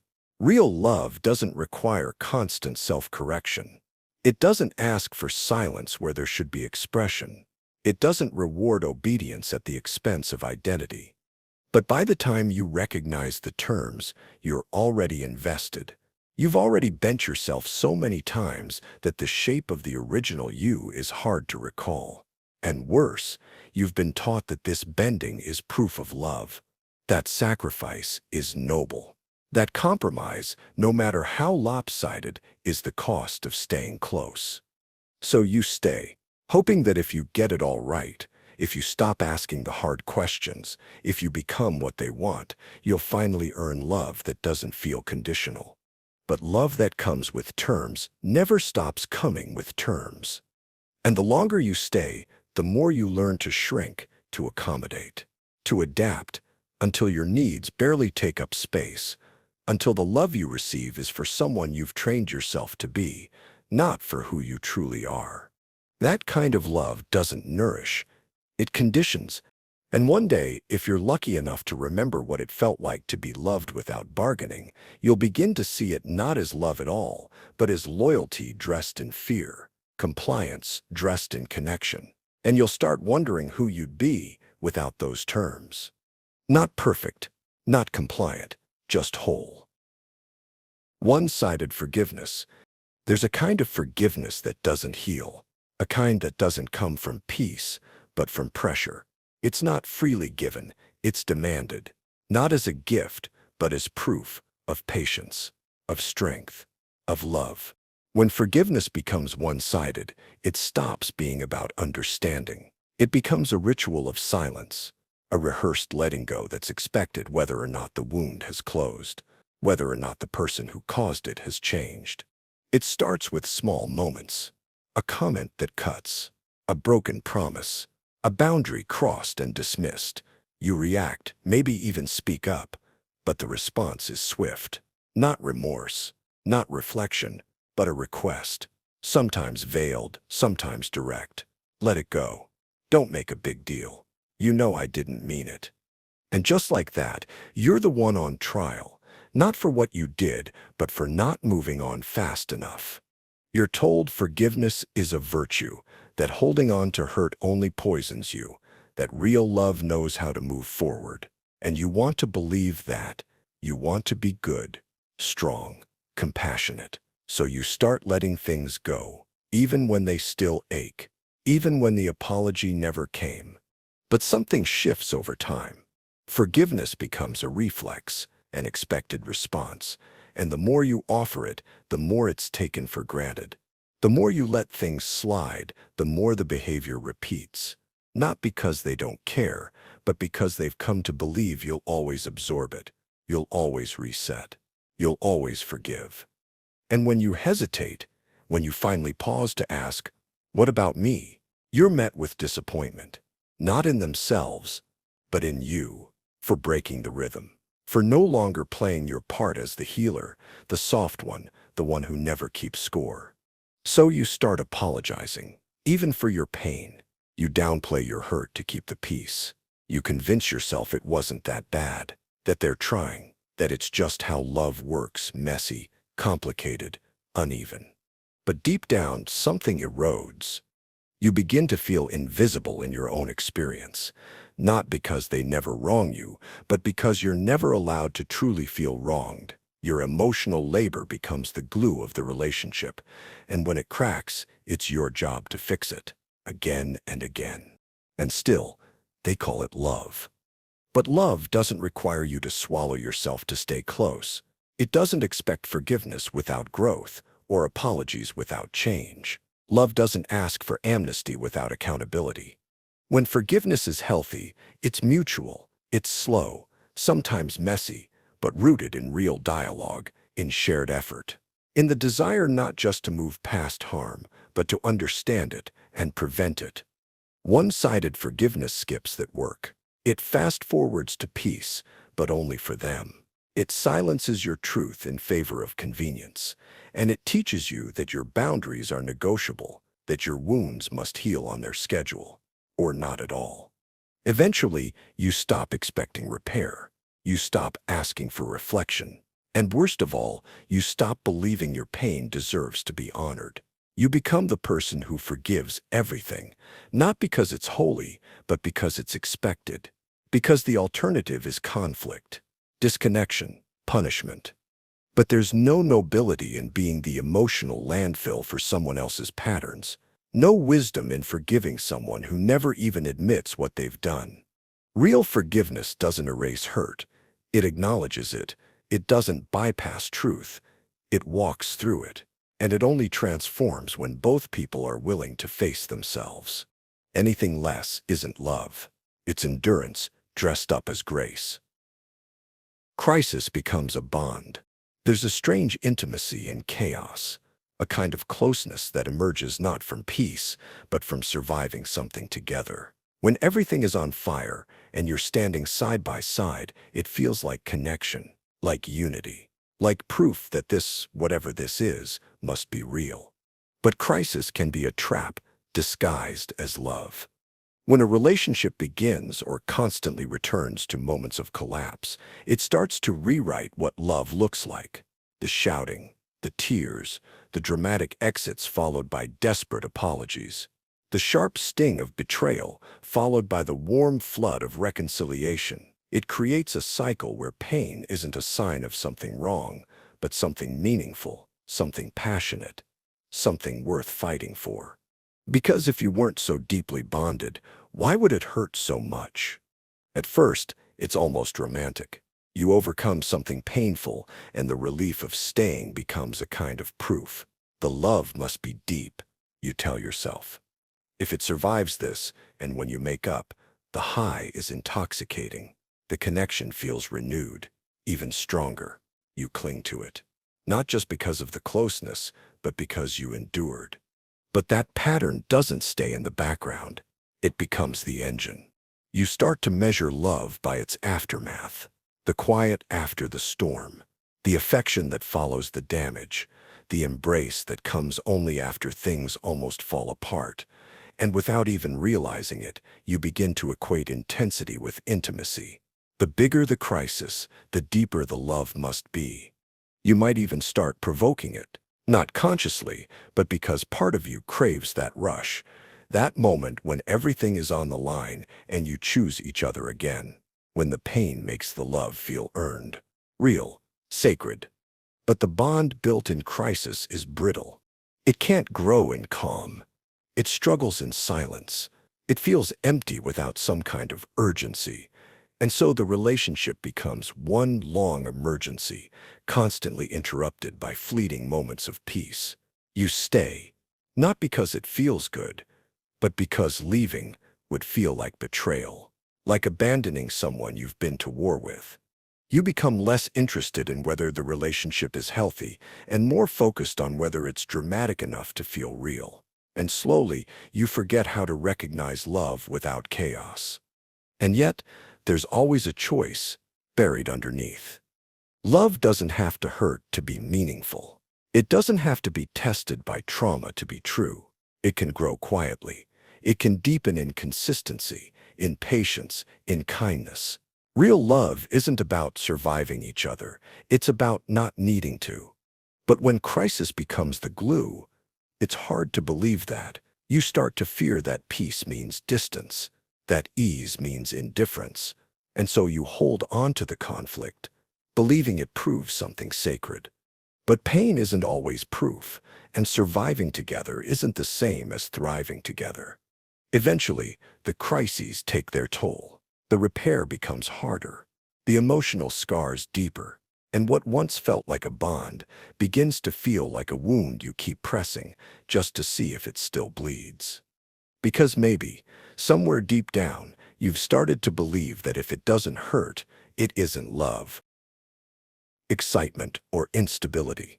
It starts as electricity, a spark you don't quite understand but can't resist.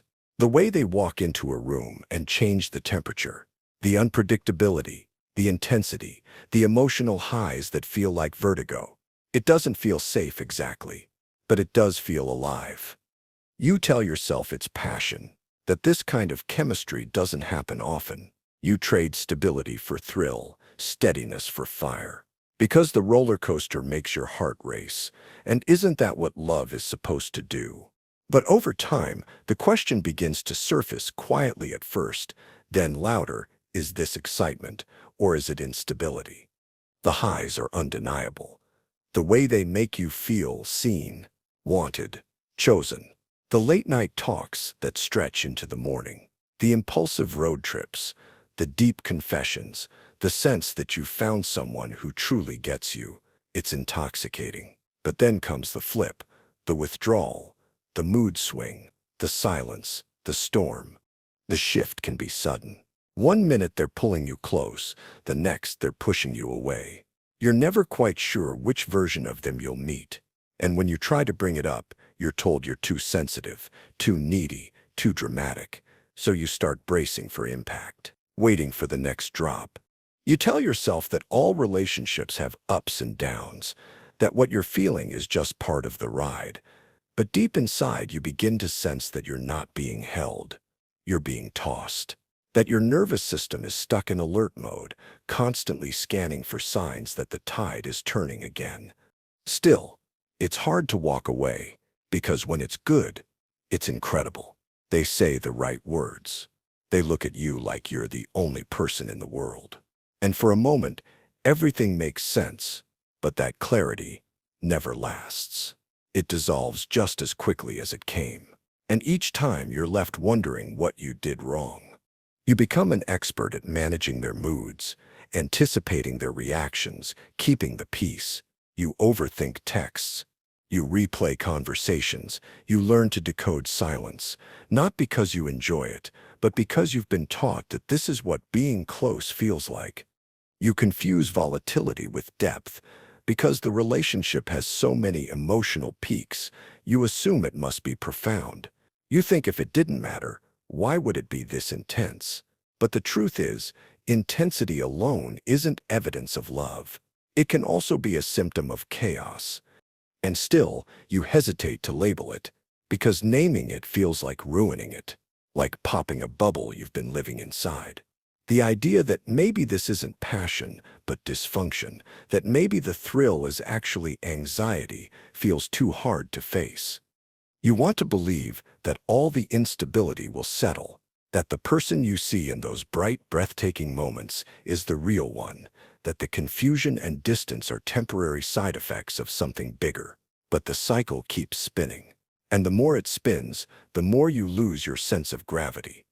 Excitement is supposed to add to your life, not drain it. It should leave you feeling energized, not exhausted, empowered, not erased. But when instability wears the mask of love, it's hard to tell the difference. You start to think relationships are supposed to hurt, that love always costs this much, and that peace is boring. Eventually, you forget that love can be calm and still be real, that it can be consistent and still be passionate, that it doesn't have to feel like survival to mean something. But by then, the rush has become the rhythm, and anything quieter feels like silence. Fantasy over the damage. The stories we tell ourselves are powerful, sometimes more powerful than the truth. When love becomes painful, confusing, or unpredictable, the mind doesn't always want to accept it. So it rewrites, it smooths the rough edges, it zooms in on the good moments and blurs out the bad. It builds a version of the relationship that feels more bearable, one stitched together from hope and memory, not reality.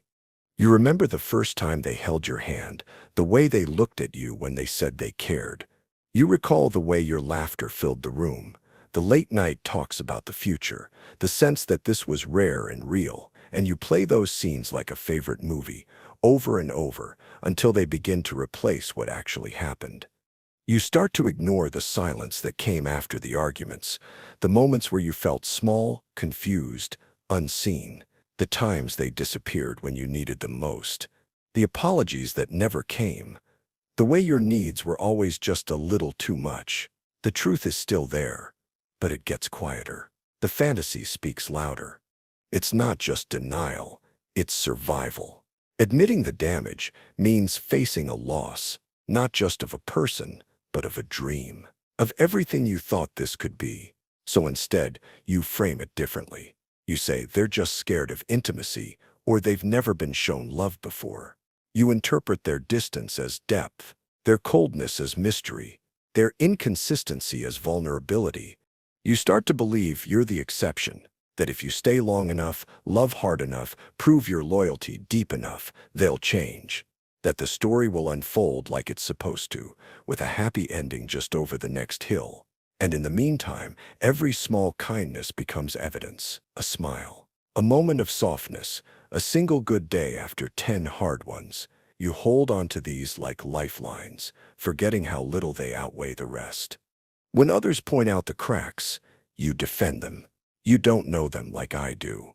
And in some ways, that's true, because the version of them you love doesn't fully exist. It's built from fragments, potential, and your own longing. You're not just in love with them, you're in love with who they could be. This fantasy keeps you going. It soothes the ache of reality, but it also traps you. Because every time the mask slips and the truth shows through, the manipulation, the disregard, the harm, you rush to explain it away.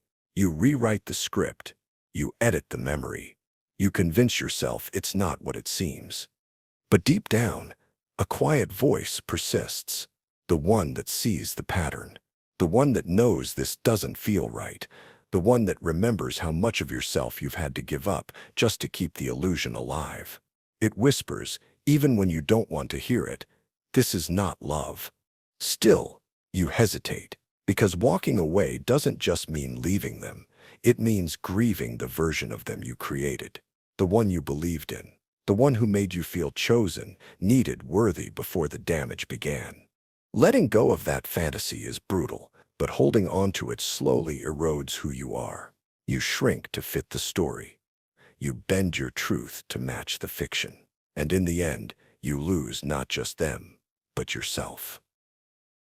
Needed, not loved. It's easy to mistake being needed for being loved. After all, when someone clings to you, calls you their rock, leans on you for stability, it can feel like closeness, like trust, like the kind of deep emotional bond everyone hopes to find. But being someone's lifeline isn't the same as being seen. And sometimes, the weight of being needed masks the absence of being truly valued. At first, it feels flattering. They say they can't imagine life without you, that you understand them like no one else, that you're the reason they're still standing. They reach out when they're broken, praise your kindness, your loyalty, your patience. They call you their safe place, their home. And you want to be that for them. You want to help. It feels good to be essential. But slowly, the balance shifts. Their need becomes relentless. Not just in crisis, but always. They turn to you for every answer, every comfort, every decision. Your needs begin to shrink in comparison. Their pain becomes the centerpiece of the relationship. Their wounds, your responsibility, and the more you give, the more they expect. They don't ask how you're doing unless it's to make sure you're still available. They don't comfort you unless your hurt threatens to pull you away. And when you try to set boundaries, they crumble or accuse. You're abandoning me. You don't care anymore. I thought I could count on you. The guilt comes fast, and it cuts deep because they've built their survival on your presence, and now you're afraid to disappoint them. So you keep showing up. You put your exhaustion aside. You tell yourself, this is love, hard, sacrificial, messy love. But something doesn't feel right. You're not growing together. You're being drained. And despite everything you give, you don't feel held. You feel used. The truth is, love is about mutual recognition. It sees you, not just what you provide. It cherishes your presence, not just your labor. But when someone only sees you as a source of comfort, validation, or healing, the connection becomes one-sided. They're not loving you. They're leaning on you. And over time, your identity becomes blurred. Are you a partner or a caregiver? Are you valued or just necessary? You might catch yourself fantasizing about getting sick just so they'd finally take care of you, or about leaving just to see if they'd chase you because of who you are, not what you give. These thoughts aren't cruel. They're signs of deprivation, signals that you've been pouring from a cup that never gets filled. You begin to realize that love shouldn't make you disappear. It shouldn't demand that you always be strong, always be present, always be understanding, while asking nothing in return. You deserve to be known, not just needed. To be chosen, not relied upon. To be loved, not used as a substitute for self-healing. Eventually, you may start to pull back, to reclaim parts of yourself that got buried under their dependence. And when you do, they may panic. They may try to pull you closer again, not because they see you more clearly, but because they feel the loss of their support system. And that's the final sting, realizing that your distance hurts them, not because they miss you, but because they miss what you provided. Stepping away from that dynamic is painful. It can feel like abandoning someone vulnerable. But it's not cruelty. It's clarity. It's choosing to stop confusing your usefulness with your worth, because real love doesn't demand that you carry the whole relationship on your back. It meets you where you are. It gives, it sees, and it holds. The push-pull addiction. It's not the calm that hooks you. It's the chaos that ends. The emotional whiplash, the uncertainty, the highs followed by a plunge, then another high again. You never know what version of them you'll get. Warm or cold, tender or distant, disarming or cruel. But when affection returns, it hits like a drug. You exhale. You feel chosen again. And it's that relief, not the love itself, that keeps you attached. This is the trap of the push-pull cycle. One moment, you're being pulled close with sweetness, attention, promises. The next, they retreat. Sometimes they vanish. Sometimes they punish. Sometimes they just go silent, leaving you in a fog of uncertainty. What did you do wrong? What should you have done differently? You replay conversations, analyze tones, question yourself, and just as you begin to pull away or break down, they return, with softness, with charm, with just enough affection to reset the bond. And you take it, not because you've forgotten the pain, but because the return feels like proof. Proof that it mattered, that it was real, that you're not crazy for hoping. But it's not connection. It's conditioning. Over time, your nervous system becomes trained to crave the instability. You associate tension with meaning, withdrawal with drama, reconciliation with intimacy. Predictable kindness starts to feel dull. Calm feels suspicious. And the love that comes without threat of loss starts to seem less powerful, less real. You begin to mistake survival for romance. Because in this cycle, you're always on edge, always unsure, always chasing, and that chase becomes the relationship. You put effort into managing their moods, guessing their triggers, softening your own responses to avoid another push. You become less you, more of what might please them. And when you do finally get those moments of peace, of affection, they feel earned, like you've passed some secret test, as if their warmth is a reward for your emotional labor. But here's the truth. Love isn't supposed to feel like a prize you win after enduring suffering. In a healthy connection, affection doesn't disappear to teach you a lesson. You're not punished with distance for needing clarity. You're not made to prove your loyalty through silence, anxiety, or fear of abandonment. The push-pull dynamic doesn't deepen love, it deepens dependency. Because the longer you stay, the more invested you feel. And the more invested you feel, the harder it becomes to leave, even when it hurts. You start telling yourself that the relationship is passionate, intense, complicated. You tell yourself you just need to try harder, love deeper, wait longer. But what you're really doing is adjusting your capacity for harm, calling your wounds growth, mistaking the temporary absence of pain for joy. And underneath it all, you know this isn't how it should be. You know love shouldn't be a guessing game, a pattern of punishment and reward. You know you shouldn't have to prove your worth by enduring emotional neglect, but you've grown attached, not just to the person, but to the cycle. Because it gave you moments of intensity that felt like meaning. Because it kept you too disoriented to realize what was happening. Breaking the cycle doesn't happen in a single act. It happens in recognizing that love isn't about enduring the absence of care so you can feel grateful when it finally returns. It's about presence, stability, safety that doesn't withdraw to control you. You don't have to live inside that storm to feel alive. Real love doesn't need to break you just to make you feel whole again. Silence called harmony. There's a kind of quiet that feels like peace until you realize it's built on suppression. In some relationships, silence is praised as a sign of stability. No arguments, no tension, no raised voices.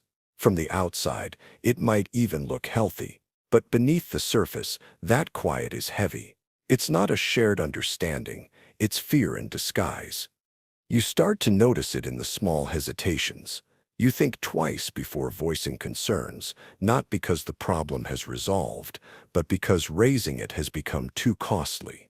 You fear the shift in mood, the withdrawal of affection, the subtle punishments that follow.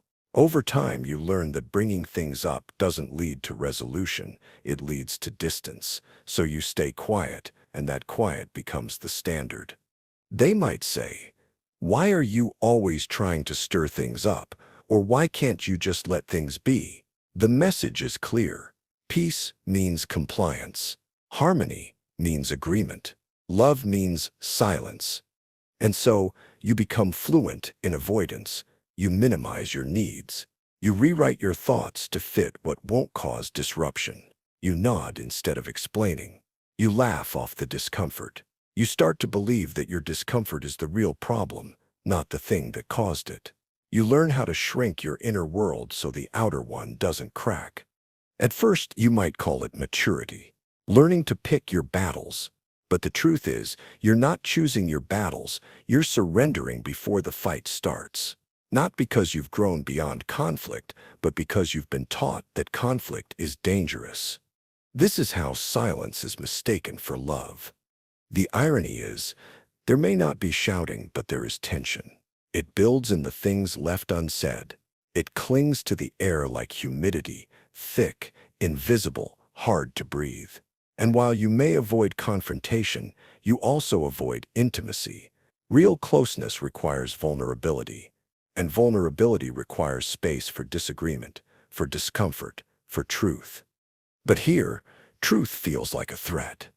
And that's what makes this trap so hard to recognize. Because everything appears calm. You're not being yelled at. You're not being hit. You're not in crisis. But you're not fully alive either. You're walking on eggshells, even if the eggshells are velvet-lined. The worst part is, you begin to participate in your own silencing. You become your own censor. You anticipate which parts of you will cause friction and bury them before anyone else can. You perform harmony. And you might even be praised for it, called easygoing, agreeable, understanding. But inside, you feel erased. True harmony doesn't come from silence.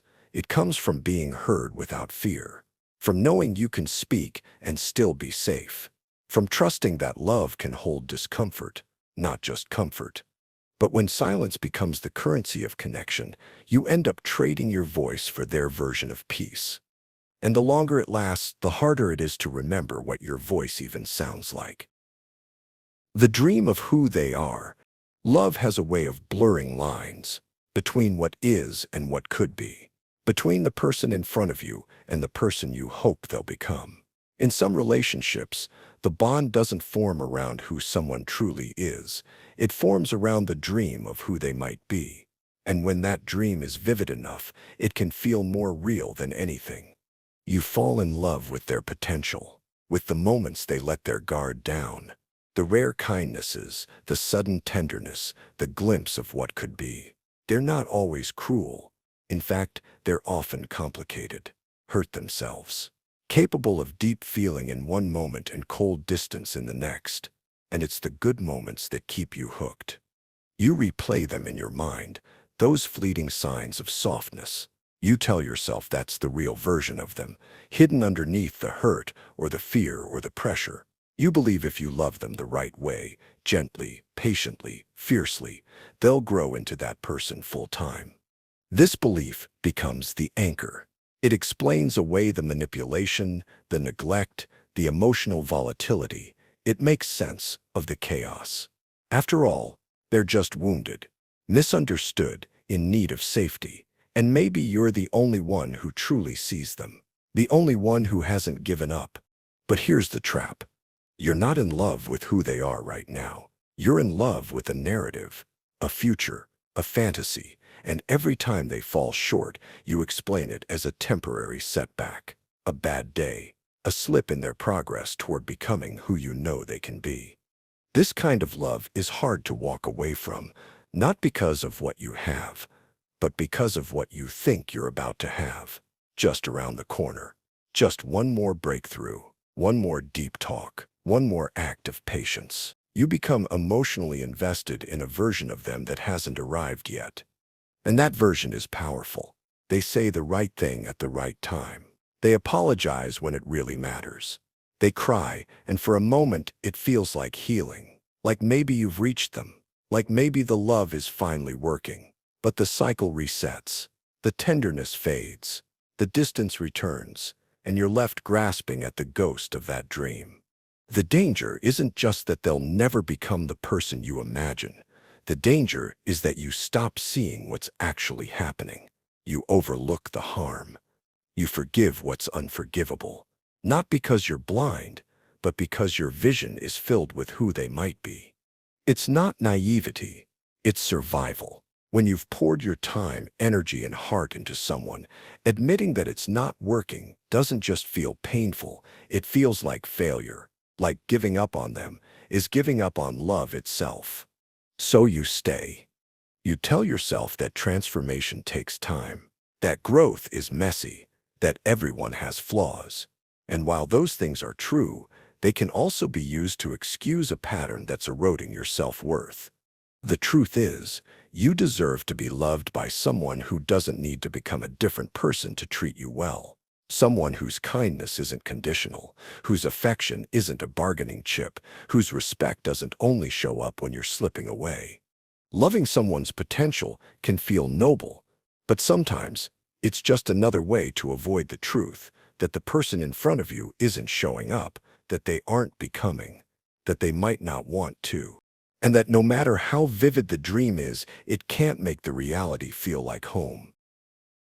Rejection makes you chase. It starts with a spark, a tension that feels rare, a message that cuts through the noise, a gaze that lingers just long enough to feel special. And then just when you're starting to relax into it, just when your heart dares to open a little more, it slips away. They pull back. They stop texting. They cancel plans. They grow cold without explanation.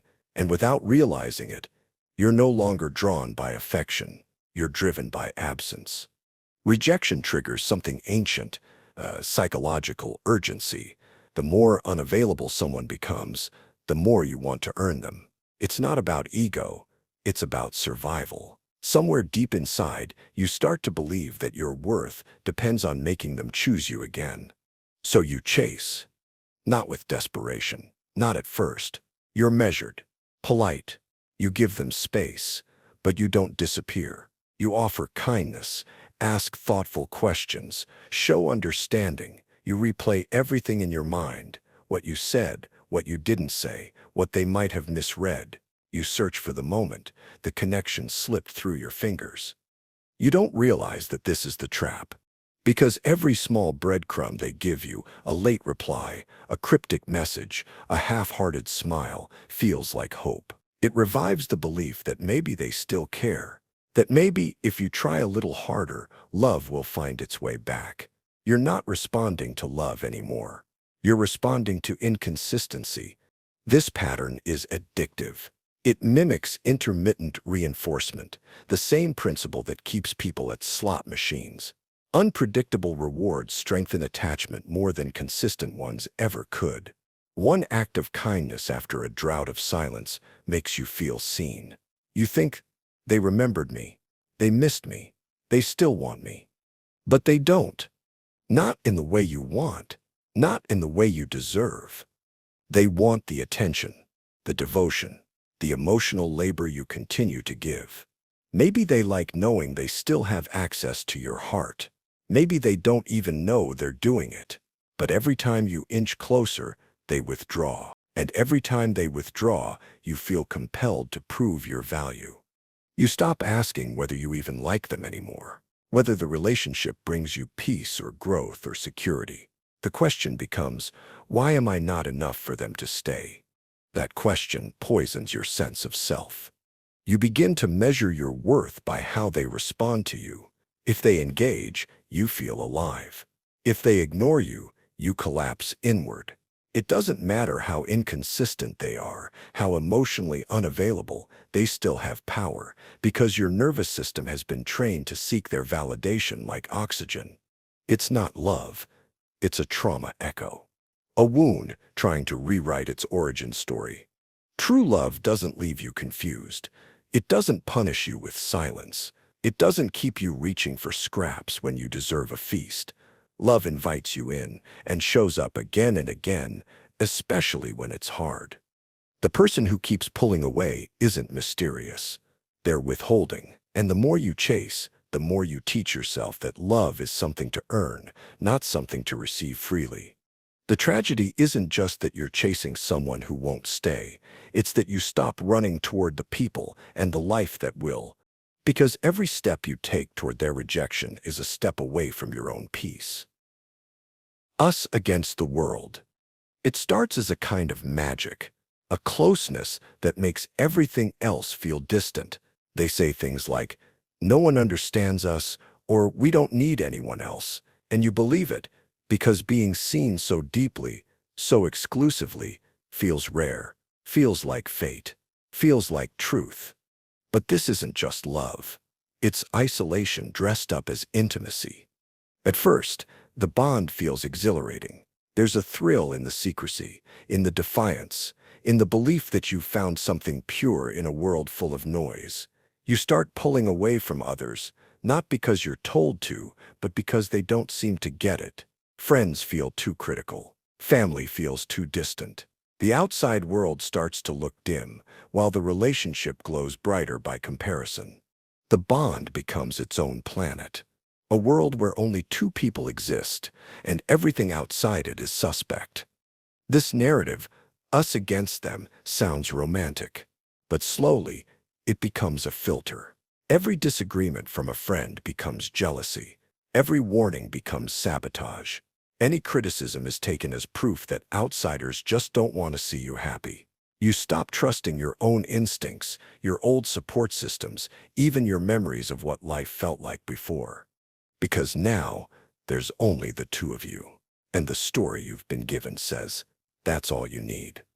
But what happens when that AS becomes toxic? What happens when the one person you're supposed to feel safest with begins to confuse you, hurt you, silence you? Who do you turn to if everyone else has been cast as an enemy? This is the trap. By wrapping the relationship in the language of sacred connection, any attempt to step outside it begins to feel like betrayal. Even your own needs become suspicious. Wanting space means you're abandoning the bond. Voicing hurt means you're siding with them. Suddenly, you're not just trying to navigate love, you're defending yourself against the fear that wanting more, needing more is a kind of disloyalty. And loyalty becomes a weapon. The more you've sacrificed to protect this special us, the harder it is to admit the damage it's doing.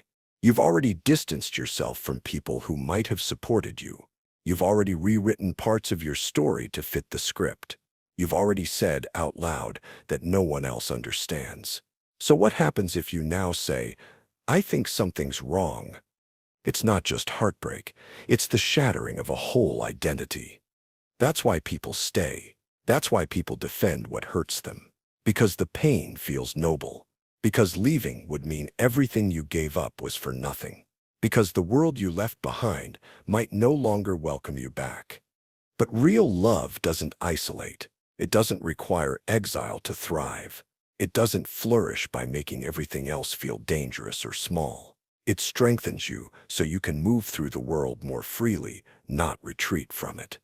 If someone tells you it's us against the world, ask what exactly you're fighting, and who benefits from you being cut off from everyone else. Because love that can't exist alongside community, truth, and autonomy usually isn't love at all. It's control, wrapped in intimacy. And the most dangerous part, you'll defend it. You'll call it sacred. Until one day you realize the person you trusted most is also the one who taught you to fear everything else. Their approval feels holy. It doesn't start with rules. It starts with a look, a nod, a soft smile of approval that lands in your chest like warmth. You feel seen, chosen, like you've done something right, even if you're not sure what. Their approval isn't just pleasant, it's powerful. It makes you feel real. You begin to notice how often you reach for it, how your body relaxes when they're pleased, how your stomach twists when they're not. You start to anticipate their reactions. You second-guess your words. You rehearse your choices. Not because they told you to, but because their validation feels sacred. Like sunlight you didn't know you needed until you stood in its glow. It becomes a kind of religion. They're not just a person anymore. They're a mirror you carry everywhere. Every decision passes through it. Every thought waits for its blessing. You dress a little differently, laugh a little quieter, speak in ways you've seen make their eyes light up. You tell yourself this is growth, refinement. You're just becoming a better version of yourself. But somewhere inside, you know it's something else. You're not evolving, you're shape-shifting. Their approval doesn't feel like guidance. It feels like worth. And once that connection forms, once your sense of self starts to orbit around how they see you, something quiet and dangerous begins to happen. You lose access to your own compass. You forget how to tell if you like something, want something, believe something, unless they confirm it. It becomes hard to disappoint them, not because they punish you, but because their disapproval feels like exile, like being cast out from something holy. You start to fear even small corrections. A sigh, a delayed reply, a glance that doesn't linger. It can unravel you. And so you work harder, smile bigger, shrink smaller, whatever it takes to return to their light. The trap is subtle, because nothing here feels forced. You chose this. You stepped into the glow willingly. But that's the brilliance of it. Control doesn't need to be loud when love is the leash. If they disapprove, it doesn't just sting, it creates panic. You wonder what you did wrong. You search your memory for a misstep. You apologize, even when you don't understand why, because losing their approval doesn't feel like losing favor. It feels like losing yourself. Over time, your sense of identity bends to their image of you. You no longer ask what's true. You ask what they'd think. You don't seek freedom. You seek closeness. Not because you're weak, but because they've convinced you their warmth is proof that you're good, that you're lovable, that you belong. But true love doesn't turn approval into currency. It doesn't reward compliance or punish deviation. It doesn't make you prove your worth just to feel whole. It sees you in all your mess, your questions, your moments of resistance, and still stays, not as a judge, but as a witness. If their love disappears when you stop performing, it was never love. If their silence is a sentence, their smile a throne, then what you're experiencing isn't intimacy, it's worship. And the person being worshipped almost never steps down on their own. Kindness as reset. There's a strange power in a well-timed kindness, not the everyday kind, something deeper, something deliberate. The kind of kindness that doesn't just soften a mood, but erases a history. One moment, you're on edge, hurt, confused, maybe even furious. The words they said are still echoing. The silence still stings. You're gathering your thoughts, preparing to speak up, to draw a line. But then it happens. A gesture, a gift, a tender word spoken in the exact tone you always longed for. And just like that, the storm breaks. Your anger dissolves. Your clarity fades. You begin to question whether it was ever that bad to begin with. Maybe they didn't mean it. Maybe they're just going through something. Maybe this version of them is who they really are. This kind of kindness is different. It doesn't heal the wound. It covers it with warmth. It creates just enough safety, just enough sweetness to make you second-guess your instincts. You were about to push back. You were about to name what hurt. But now you're quiet. Now you're grateful. Now it feels cruel to bring up what just happened. That's the trap. Because when kindness is used this way, strategically, sparingly, it becomes a reset button. Not for the dynamic, but for your memory. It rewrites the narrative. One moment you were drowning, and the next you're being offered a life raft. And when someone saves you, it's hard to remember that they were the one who pushed you in. So you stay. You accept the hug, the apology, the sudden generosity. You welcome it because it feels like love. Because you want so badly for it to be love. And maybe for a moment, it is. But love that resets reality is a trick. It doesn't fix the root. It interrupts the consequence. It disrupts your process of holding them accountable by making you feel ungrateful for even trying. How can you still be upset when they're being so nice? It doesn't matter that this cycle has happened before, that this script is familiar. Each time feels new because the kindness is timed perfectly, like a reset clock that erases the damage just enough for you to pretend it didn't leave a mark. You begin to depend on these resets. You start measuring time in cycles of tension and relief. You never know when the next kindness will come, but you always hope it does, and that hope becomes its own kind of leash. You don't need them to change. You just need them to come back around, to soften, to smile, to remind you, even briefly, that they care. But here's the truth. Kindness that resets. Reality is not a sign of healing. It's a pause between injuries, a subtle sedative, a way of keeping you emotionally off balance, never sure whether to feel cherished or manipulated, grateful or afraid. Because when kindness becomes a tool to interrupt your truth, it stops being kind. It becomes a way to preserve control without appearing forceful, a way to make you feel seen while erasing what you saw. Real love doesn't ask you to forget. It doesn't dangle tenderness like bait or weaponize warmth to keep you quiet. Real love listens, even when it's uncomfortable. Real love holds space for hurt. It doesn't just patch over the pain, it walks with you through it.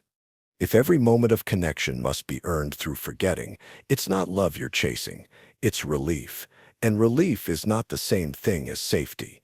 It's not the same thing as peace. It's just a temporary silence that makes you doubt the sound of your own voice. Promises rewrite reality. There's something intoxicating about a promise, especially when it comes at your lowest point, when things are broken, messy, and painful. It arrives not as a solution, but as a vision, a glimpse of the future where all of this will make sense, where the hurt will have been worth it, where everything will be different. It doesn't matter how much chaos came before, or how recent the pain was. A well-placed promise has a way of eclipsing the past. It paints a new reality over the old one, with brighter colors and sharper clarity. It lets you believe that what happened before isn't the end of the story, that this now is the beginning of the real one. And that belief is powerful. The person who made you cry last night is the same one who promises a future filled with peace. The one who shattered your trust now speaks of building a life together. You want to believe them, not just because you love them, but because the version of them who's making the promise feels real, honest, beautiful, even. It's the version you always hoped they could be. The one who sees your pain, who swears they'll never cause it again, who holds your hand and looks you in the eye and says all the right things, with a voice that trembles just enough to seem sincere. So you believe, you want to believe. Because if the promise is true, then the hurt was just a prelude, a necessary chapter before the redemption arc. If the promise is real, then the suffering wasn't meaningless, it was part of a greater transformation. That's how promises become tools of distortion. They shift your focus forward, away from what's actually happening.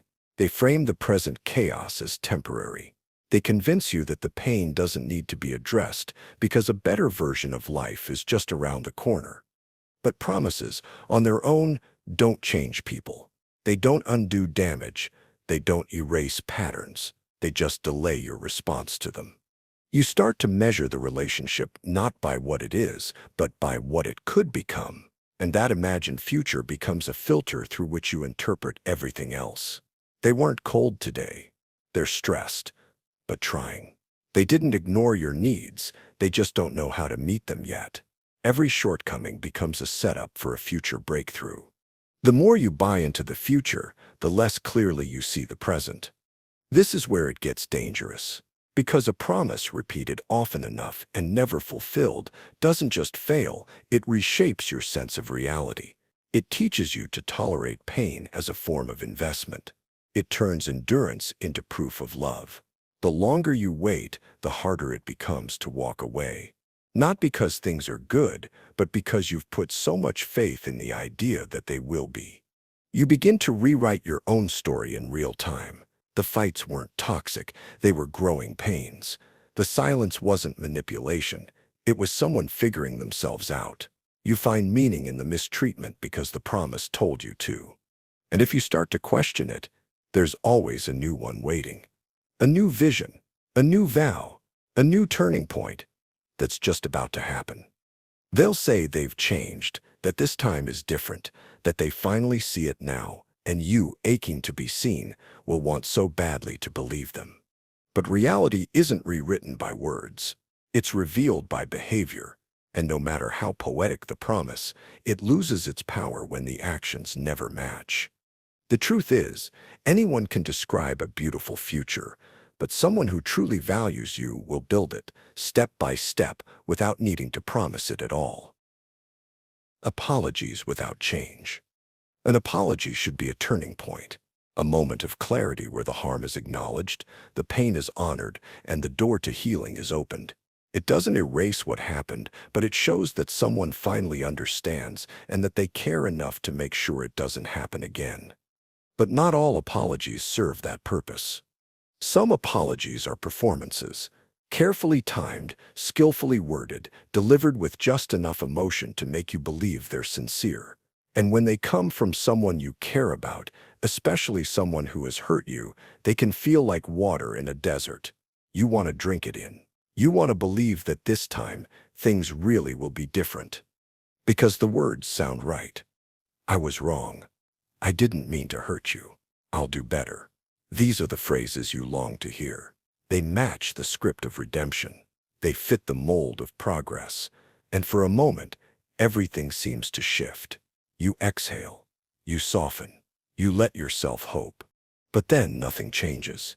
The same patterns resurface, the same dismissiveness, the same control, the same moments where your needs are minimized and your pain is explained away. And when you bring it up, when you point to the gap between the apology and the behavior, you're told you're being unforgiving, that you're holding on to the past, that you're the reason things aren't getting better. This is where the apology becomes something else. Not a step toward healing, but a tool to reset the narrative, to wipe the slate clean without having to do the real work. It becomes a shortcut. An emotional reset button that demands your forgiveness while excusing their inaction. And if you forgive too quickly, you become trapped. Because now, you're not just dealing with harm, you're dealing with harm that's been wrapped in the language of healing. It confuses your sense of what's fair. It blurs your understanding of what love is supposed to look like. You start to wonder if you're the problem, if your expectations are too high. If maybe, just maybe, this is what growth actually looks like. Slow, inconsistent, painful. But genuine growth doesn't look like that. Real accountability comes with consistency.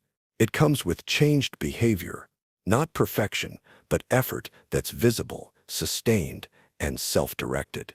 It's not just an apology, it's a pattern of showing up differently, of learning, of listening, of honoring your boundaries without being asked. Without that, the apology is hollow. Worse, it's manipulative because it gives the illusion of progress while keeping you exactly where you are. It buys time. It keeps the power dynamic intact. It teaches you that your pain has a reset switch and that forgiveness is expected regardless of results.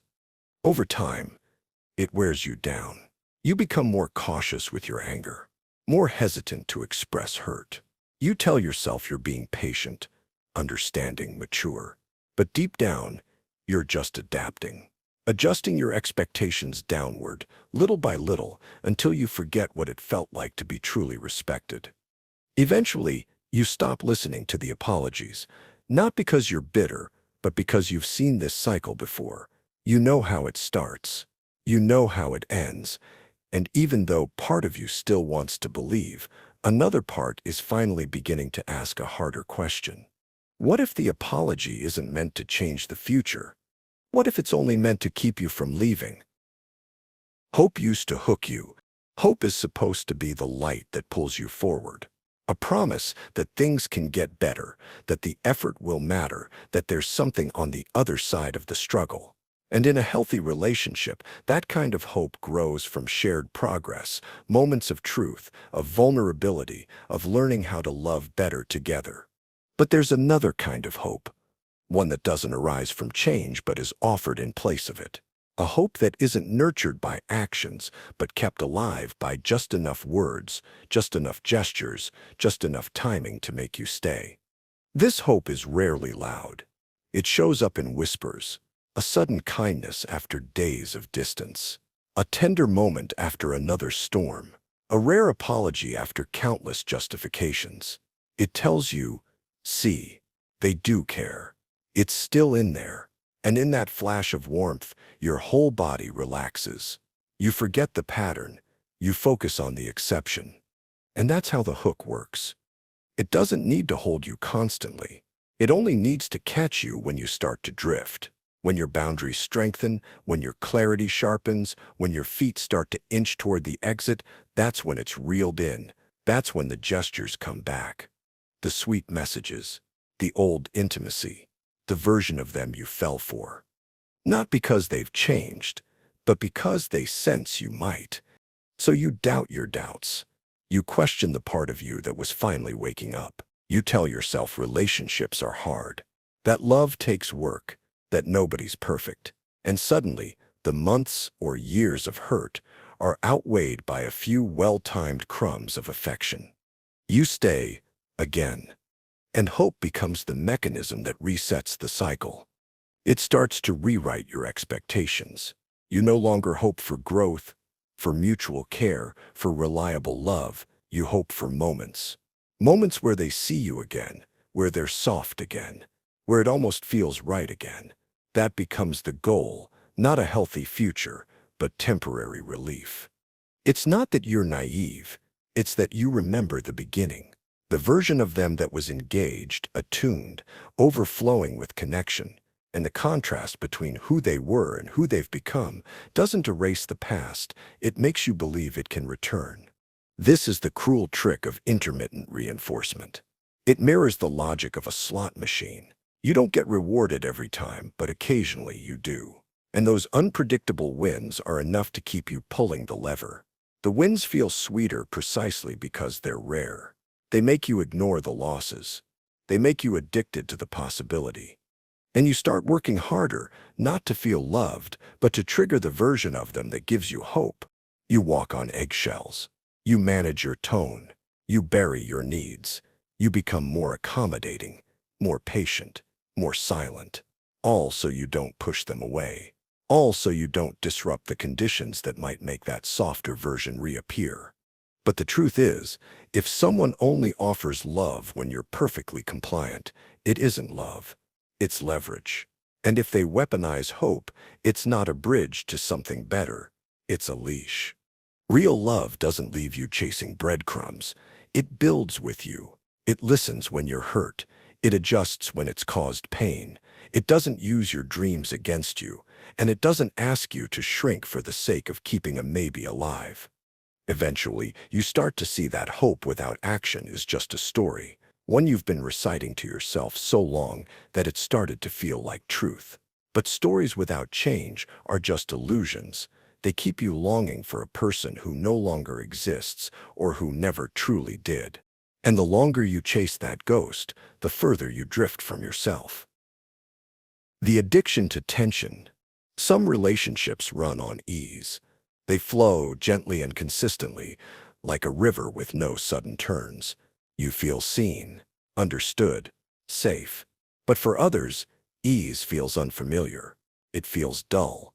And in its place, there's tension, shifting moods, sharp glances, unpredictable silences, the kind of energy that keeps you alert, the kind that makes you feel alive, even when it hurts.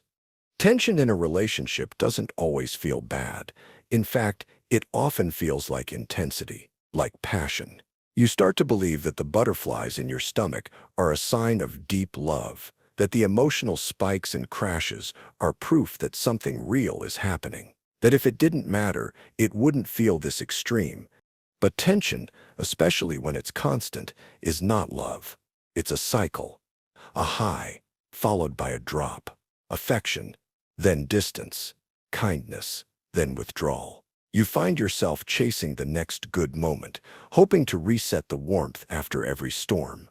And when that warmth finally returns, it feels euphoric, not just because it's pleasant, but because of how painful everything else has been. This is what makes tension addictive.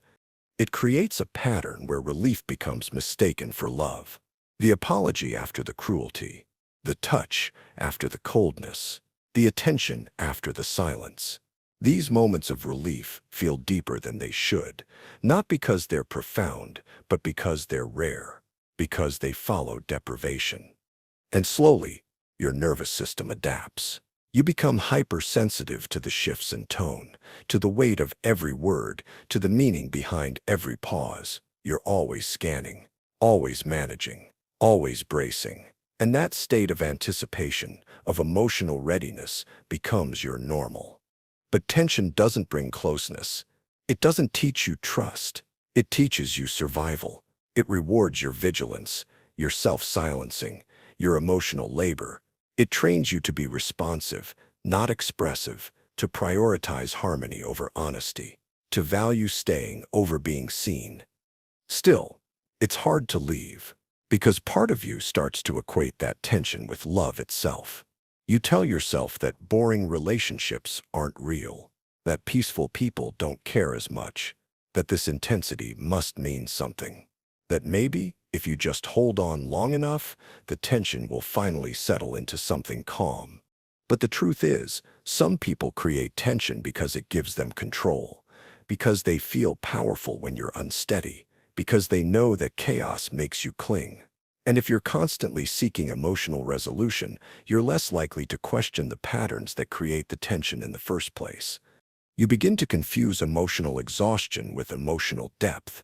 You start to mistake anxiety for excitement. And the longer it continues, the more difficult it becomes to imagine a different kind of love, one that doesn't require you to prove your worth, apologize for your needs, or tiptoe around someone else's volatility.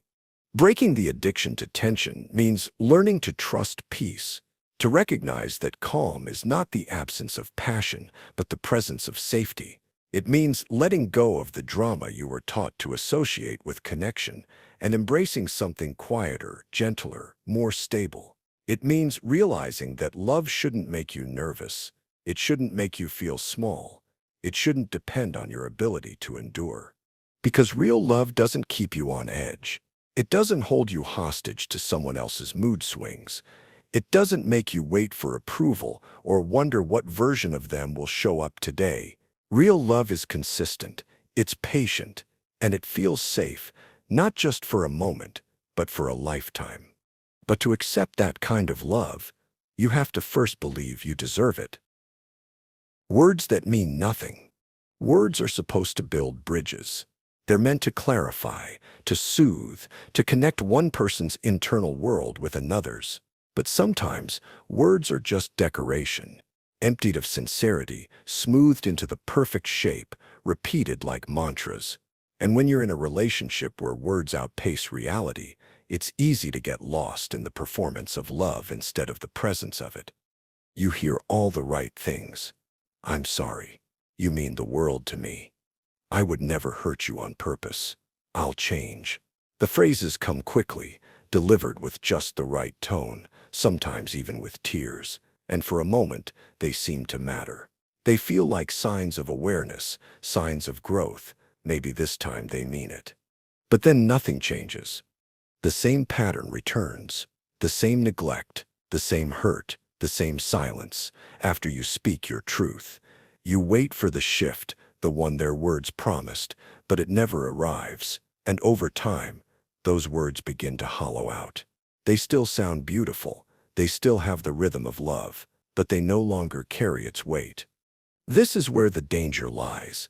Not in harshness, but in polish. In phrases so rehearsed they seem profound. In reassurances so carefully delivered, they convince you to wait a little longer.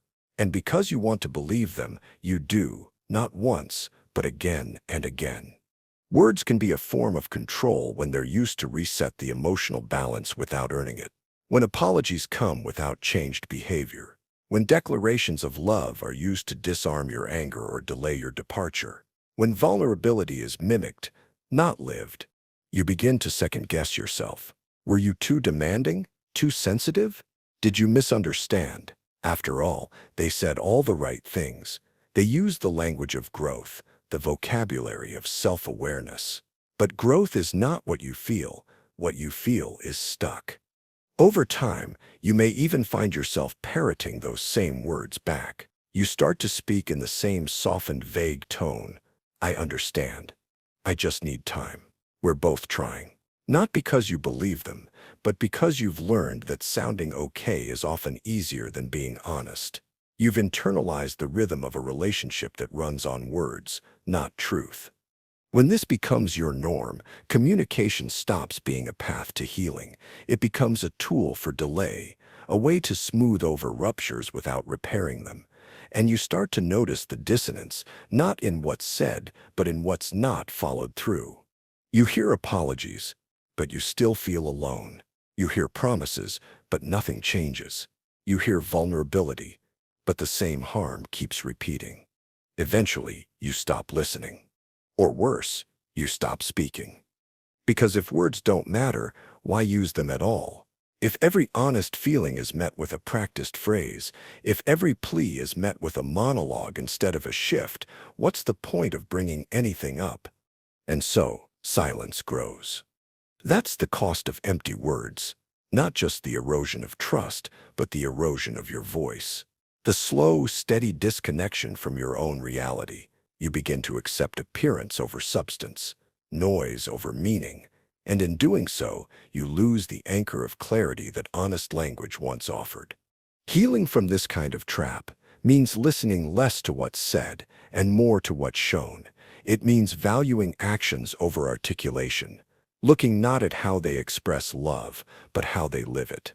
It means realizing that beautiful words can become a kind of anesthesia, numbing you just enough to keep you from leaving. But numbness isn't peace, and language without truth is just sound. Love must be more than performance. It must show up. The mirror they hand you. It starts with admiration. They look at you like you're extraordinary, like you're unlike anyone they've ever met. You feel seen. Finally, in a way that feels both thrilling and soothing. They reflect back your best qualities, often ones you didn't even know you had. You're insightful. You're different. You're their safe place, their light in the dark. It's intoxicating. You begin to see yourself through their eyes, and at first you love what you see. But that mirror is theirs, not yours. And over time it shifts. The reflection they show you becomes more selective. They praise you when you act how they want, when you stay agreeable, when your responses align with their needs. The admiration continues, but now it's conditional. You're incredible when you soothe their ego. You're so mature when you don't challenge them. You're the only one who gets them when you don't ask for anything back. Subtly, you learn what earns love and what risks it. You begin editing yourself not out of fear, but out of hope. You want to keep being the version of you they admire. You want to stay in that glow, so you adjust. You downplay your anger. You soften your disappointment. You even start doubting your own needs if they conflict with theirs. This is when the mirror becomes a trap. You're not being mirrored as a whole person anymore. You're being mirrored as a role, their muse, their rescuer, their source of peace. And to preserve that role, you begin to abandon the parts of you that don't fit, the messy parts, the unsure parts, the parts that need care but don't look noble needing it.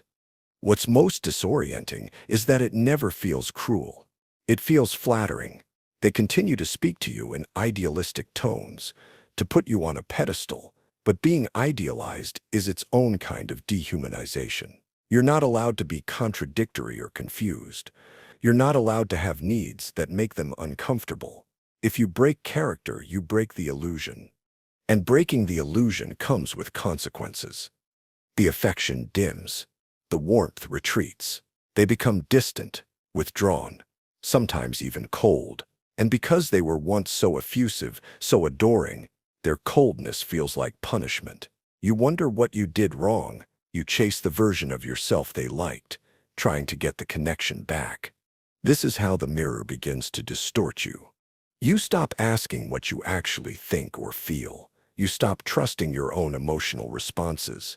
Instead, you scan yourself for flaws, for behaviors that might make you less lovable in their eyes. You rehearse your words. You soften your tone. You try to become easier to love, according to their ever-shifting standards. And all the while you think you're growing, because they call it growth. They say you're becoming more patient, more aware, more aligned. They frame your self-erasure as maturity. They call your silence wisdom. But deep down, what you're really learning is how to disappear in a way that still earns applause. In a healthy bond, a mirror reflects your full self, even when it's uncomfortable. It shows you your beauty and your wounds, your courage and your contradictions. But the mirror they hand you is a filter.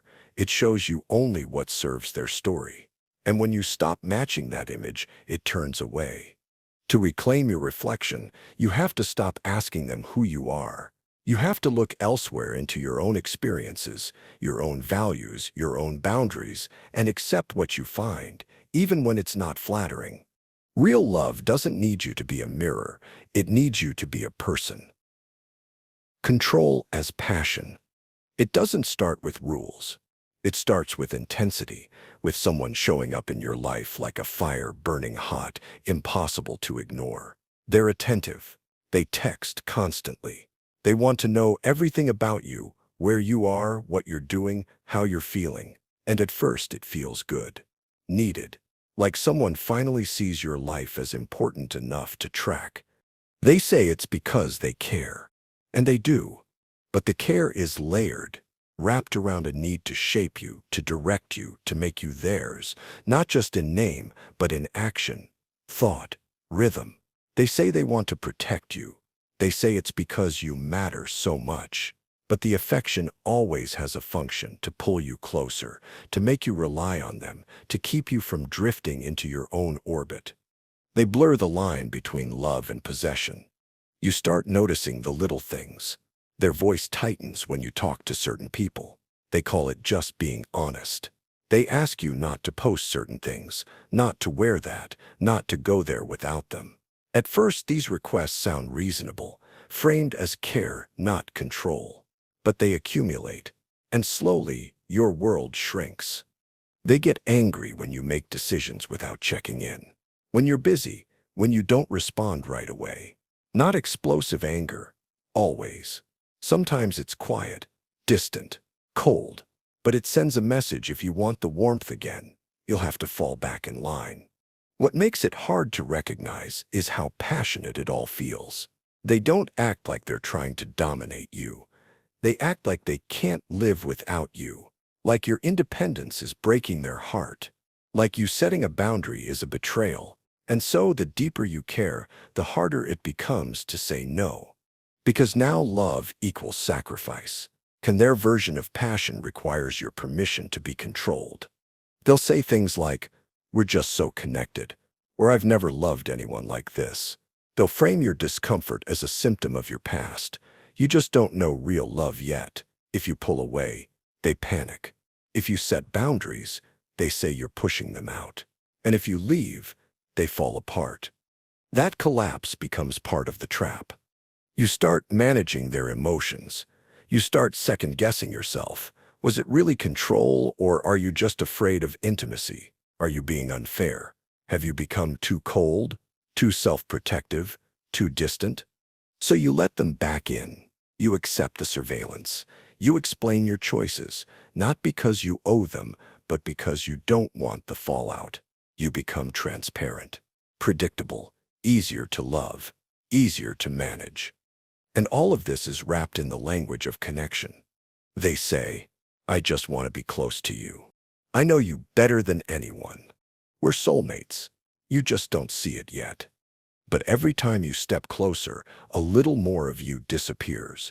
And every time you resist, they tell you it's a sign you're not committed. Control wears many masks, but the one that hides best is passion. It doesn't demand compliance with threats.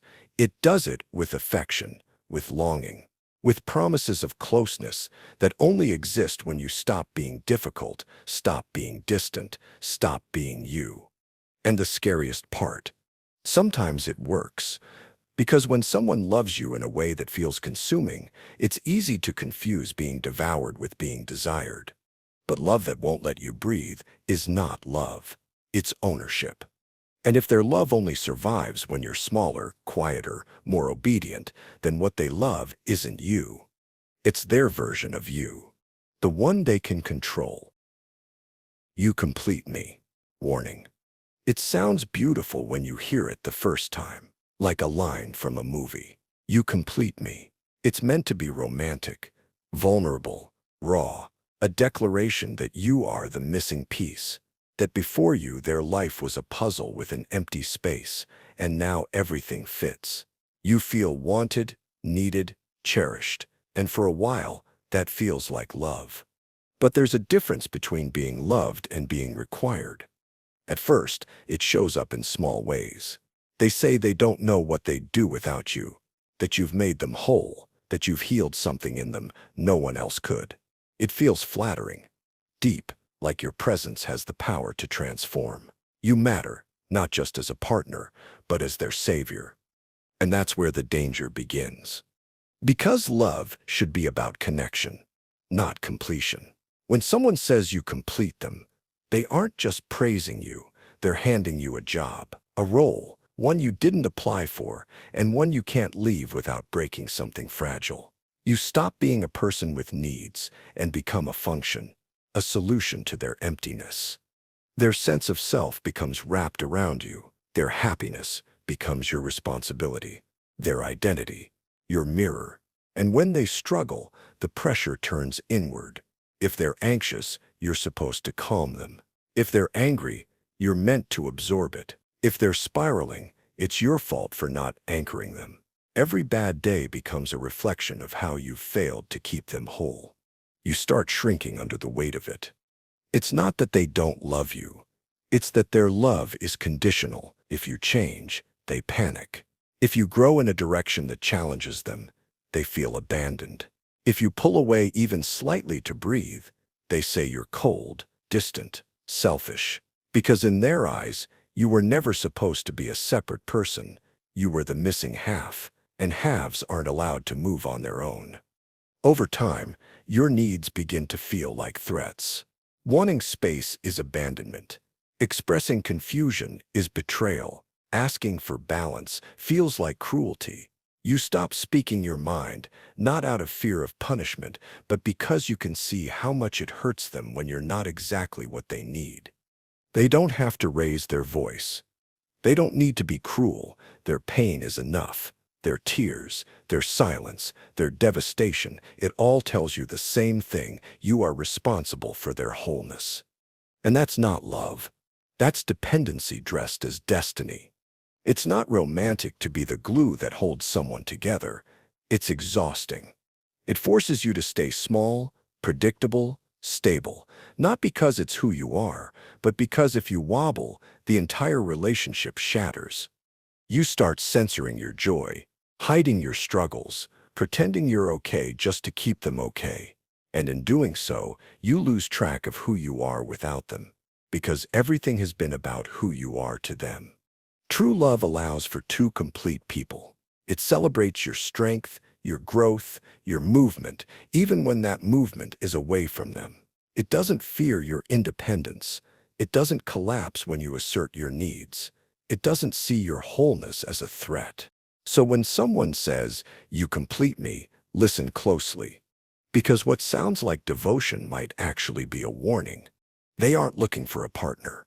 They're looking for a cure. And love that needs you to be the cure will never let you be the patient. It'll never let you be messy, or complicated, or real. It'll only let you be what they need. And that's not a relationship. That's a role you play until you forget how to be anything else. Love that hides the truth. There are kinds of love that illuminate, that help you see the world and yourself more clearly. But there are others, quiet, intoxicating, convincing, that do the opposite. They cast a haze over reality, not with malice or loud deception, but with soft reassurances, sweet distractions, and carefully chosen silences. This kind of love doesn't lie outright. It simply edits, filters, omits, not to hurt you, but to protect you. At least that's what you're told. Protect you from stress, from conflict, from the ugliness of doubt. But over time, the protection starts to feel like a blindfold. And you begin to realize you're in love with someone who is always telling you just enough to keep you calm, never enough to set you free. It begins with little things. A conversation that shifts direction the moment it gets uncomfortable. An apology that glosses over what actually happened. A pattern of forgetting to mention things that might upset you. You don't call it lying. You call it kindness. You say they're just trying to keep the peace. Maybe you even admire their ability to focus on the positive. But then the gaps widen. You start to notice inconsistencies. Moments when something doesn't quite add up. Their stories change slightly each time they're told. Their answers feel rehearsed, like words chosen more for effect than honesty. And when you press for clarity, the response isn't anger, it's sadness, disappointment. They say you don't trust them, that you're looking for problems, that love means giving the benefit of the doubt. So you stop asking. You tell yourself that what you don't know won't hurt you, that their warmth, their affection, their devotion should count for more than full transparency. But a quiet unease settles in your gut. You feel it when you can't quite explain why you're uneasy. When you don't know what's being hidden, only that something is. They insist that what you have is real, that no relationship is perfect, that you focus too much on the details. And maybe they're right. Maybe it really is better not to dwell. But there's a part of you, a fading part, that still remembers what it felt like to live in full clarity, to speak and be spoken to without shadow. In this kind of love, truth becomes a negotiation. You're given pieces, not the whole. And every time you sense the missing parts, you're offered a substitute, a kiss, a compliment, a promise. The emotional equivalent of closing the curtains just as the sun is setting. Beautiful, warm, comforting, and just dark enough to keep you from seeing what you're missing. And this concealment doesn't just distort your view of them, it begins to distort your view of yourself. You start to question your instincts, your memory, your sense of fairness. Every time you bring up a concern, it's reframed as an overreaction. Every time you ask for honesty, you're told it's a sign of insecurity. So you internalize the rules. You learn which truths are welcome and which are dangerous. You edit your own words before speaking. You begin to mirror the same evasions, downplaying your own feelings, wrapping discomfort in humor, hiding your disappointment behind a smile. Not because you want to deceive, but because it's the only way to preserve the fragile version of love you've built together. And yet, no matter how quiet you become, the tension never fully leaves. Because deep down, you know the relationship isn't built on shared reality. It's built on selective vision, on the belief that love means never having to confront what's difficult, messy, or unclear. But love that hides the truth is not safety. It's silence. It may look peaceful on the surface, but it leaves you alone with your questions. It asks you to pretend you don't notice. It teaches you that honesty is a threat and that clarity is something you must earn through patience, tolerance, and blind faith. And in the end, you're left wondering if you were ever loved at all or just managed. Because real love doesn't fear the truth. It may tremble before it. It may struggle to speak it, but it never buries it to keep you near. And the moment you realize that, the haze begins to clear. If parts of this felt uncomfortably familiar, that's not a failure on your part. It's not weakness. It's recognition. These psychological traps don't wear warning labels. They're dressed in tenderness, wrapped in shared laughter, tucked inside moments that once felt like magic. They don't appear all at once. They unfold slowly, bit by bit, until it's hard to tell where real connection ends and manipulation begins. And that's what makes them so powerful, so disorienting, so hard to name. But the act of naming them, of seeing them clearly, is where the hold begins to loosen. Because awareness is not just understanding, it's resistance. It's a quiet reclaiming of your boundaries, your voice, your worth. Love shouldn't require you to shrink. It shouldn't trade your truth for someone else's comfort. It shouldn't condition your safety on your silence. If you've been trapped in love that doesn't feel like love, this isn't the end of your story. It's a turning point. A reminder that even the most tangled patterns can be unwound, that what feels like love isn't always what heals. And sometimes, the deepest kind of self-love is the one that walks away. If this video helped you name something that was hard to speak aloud, or gave language to something you've been carrying alone, leave a comment and share what resonated. You never know who else might need to see it.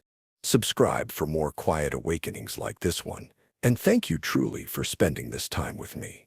You're not alone. Not anymore.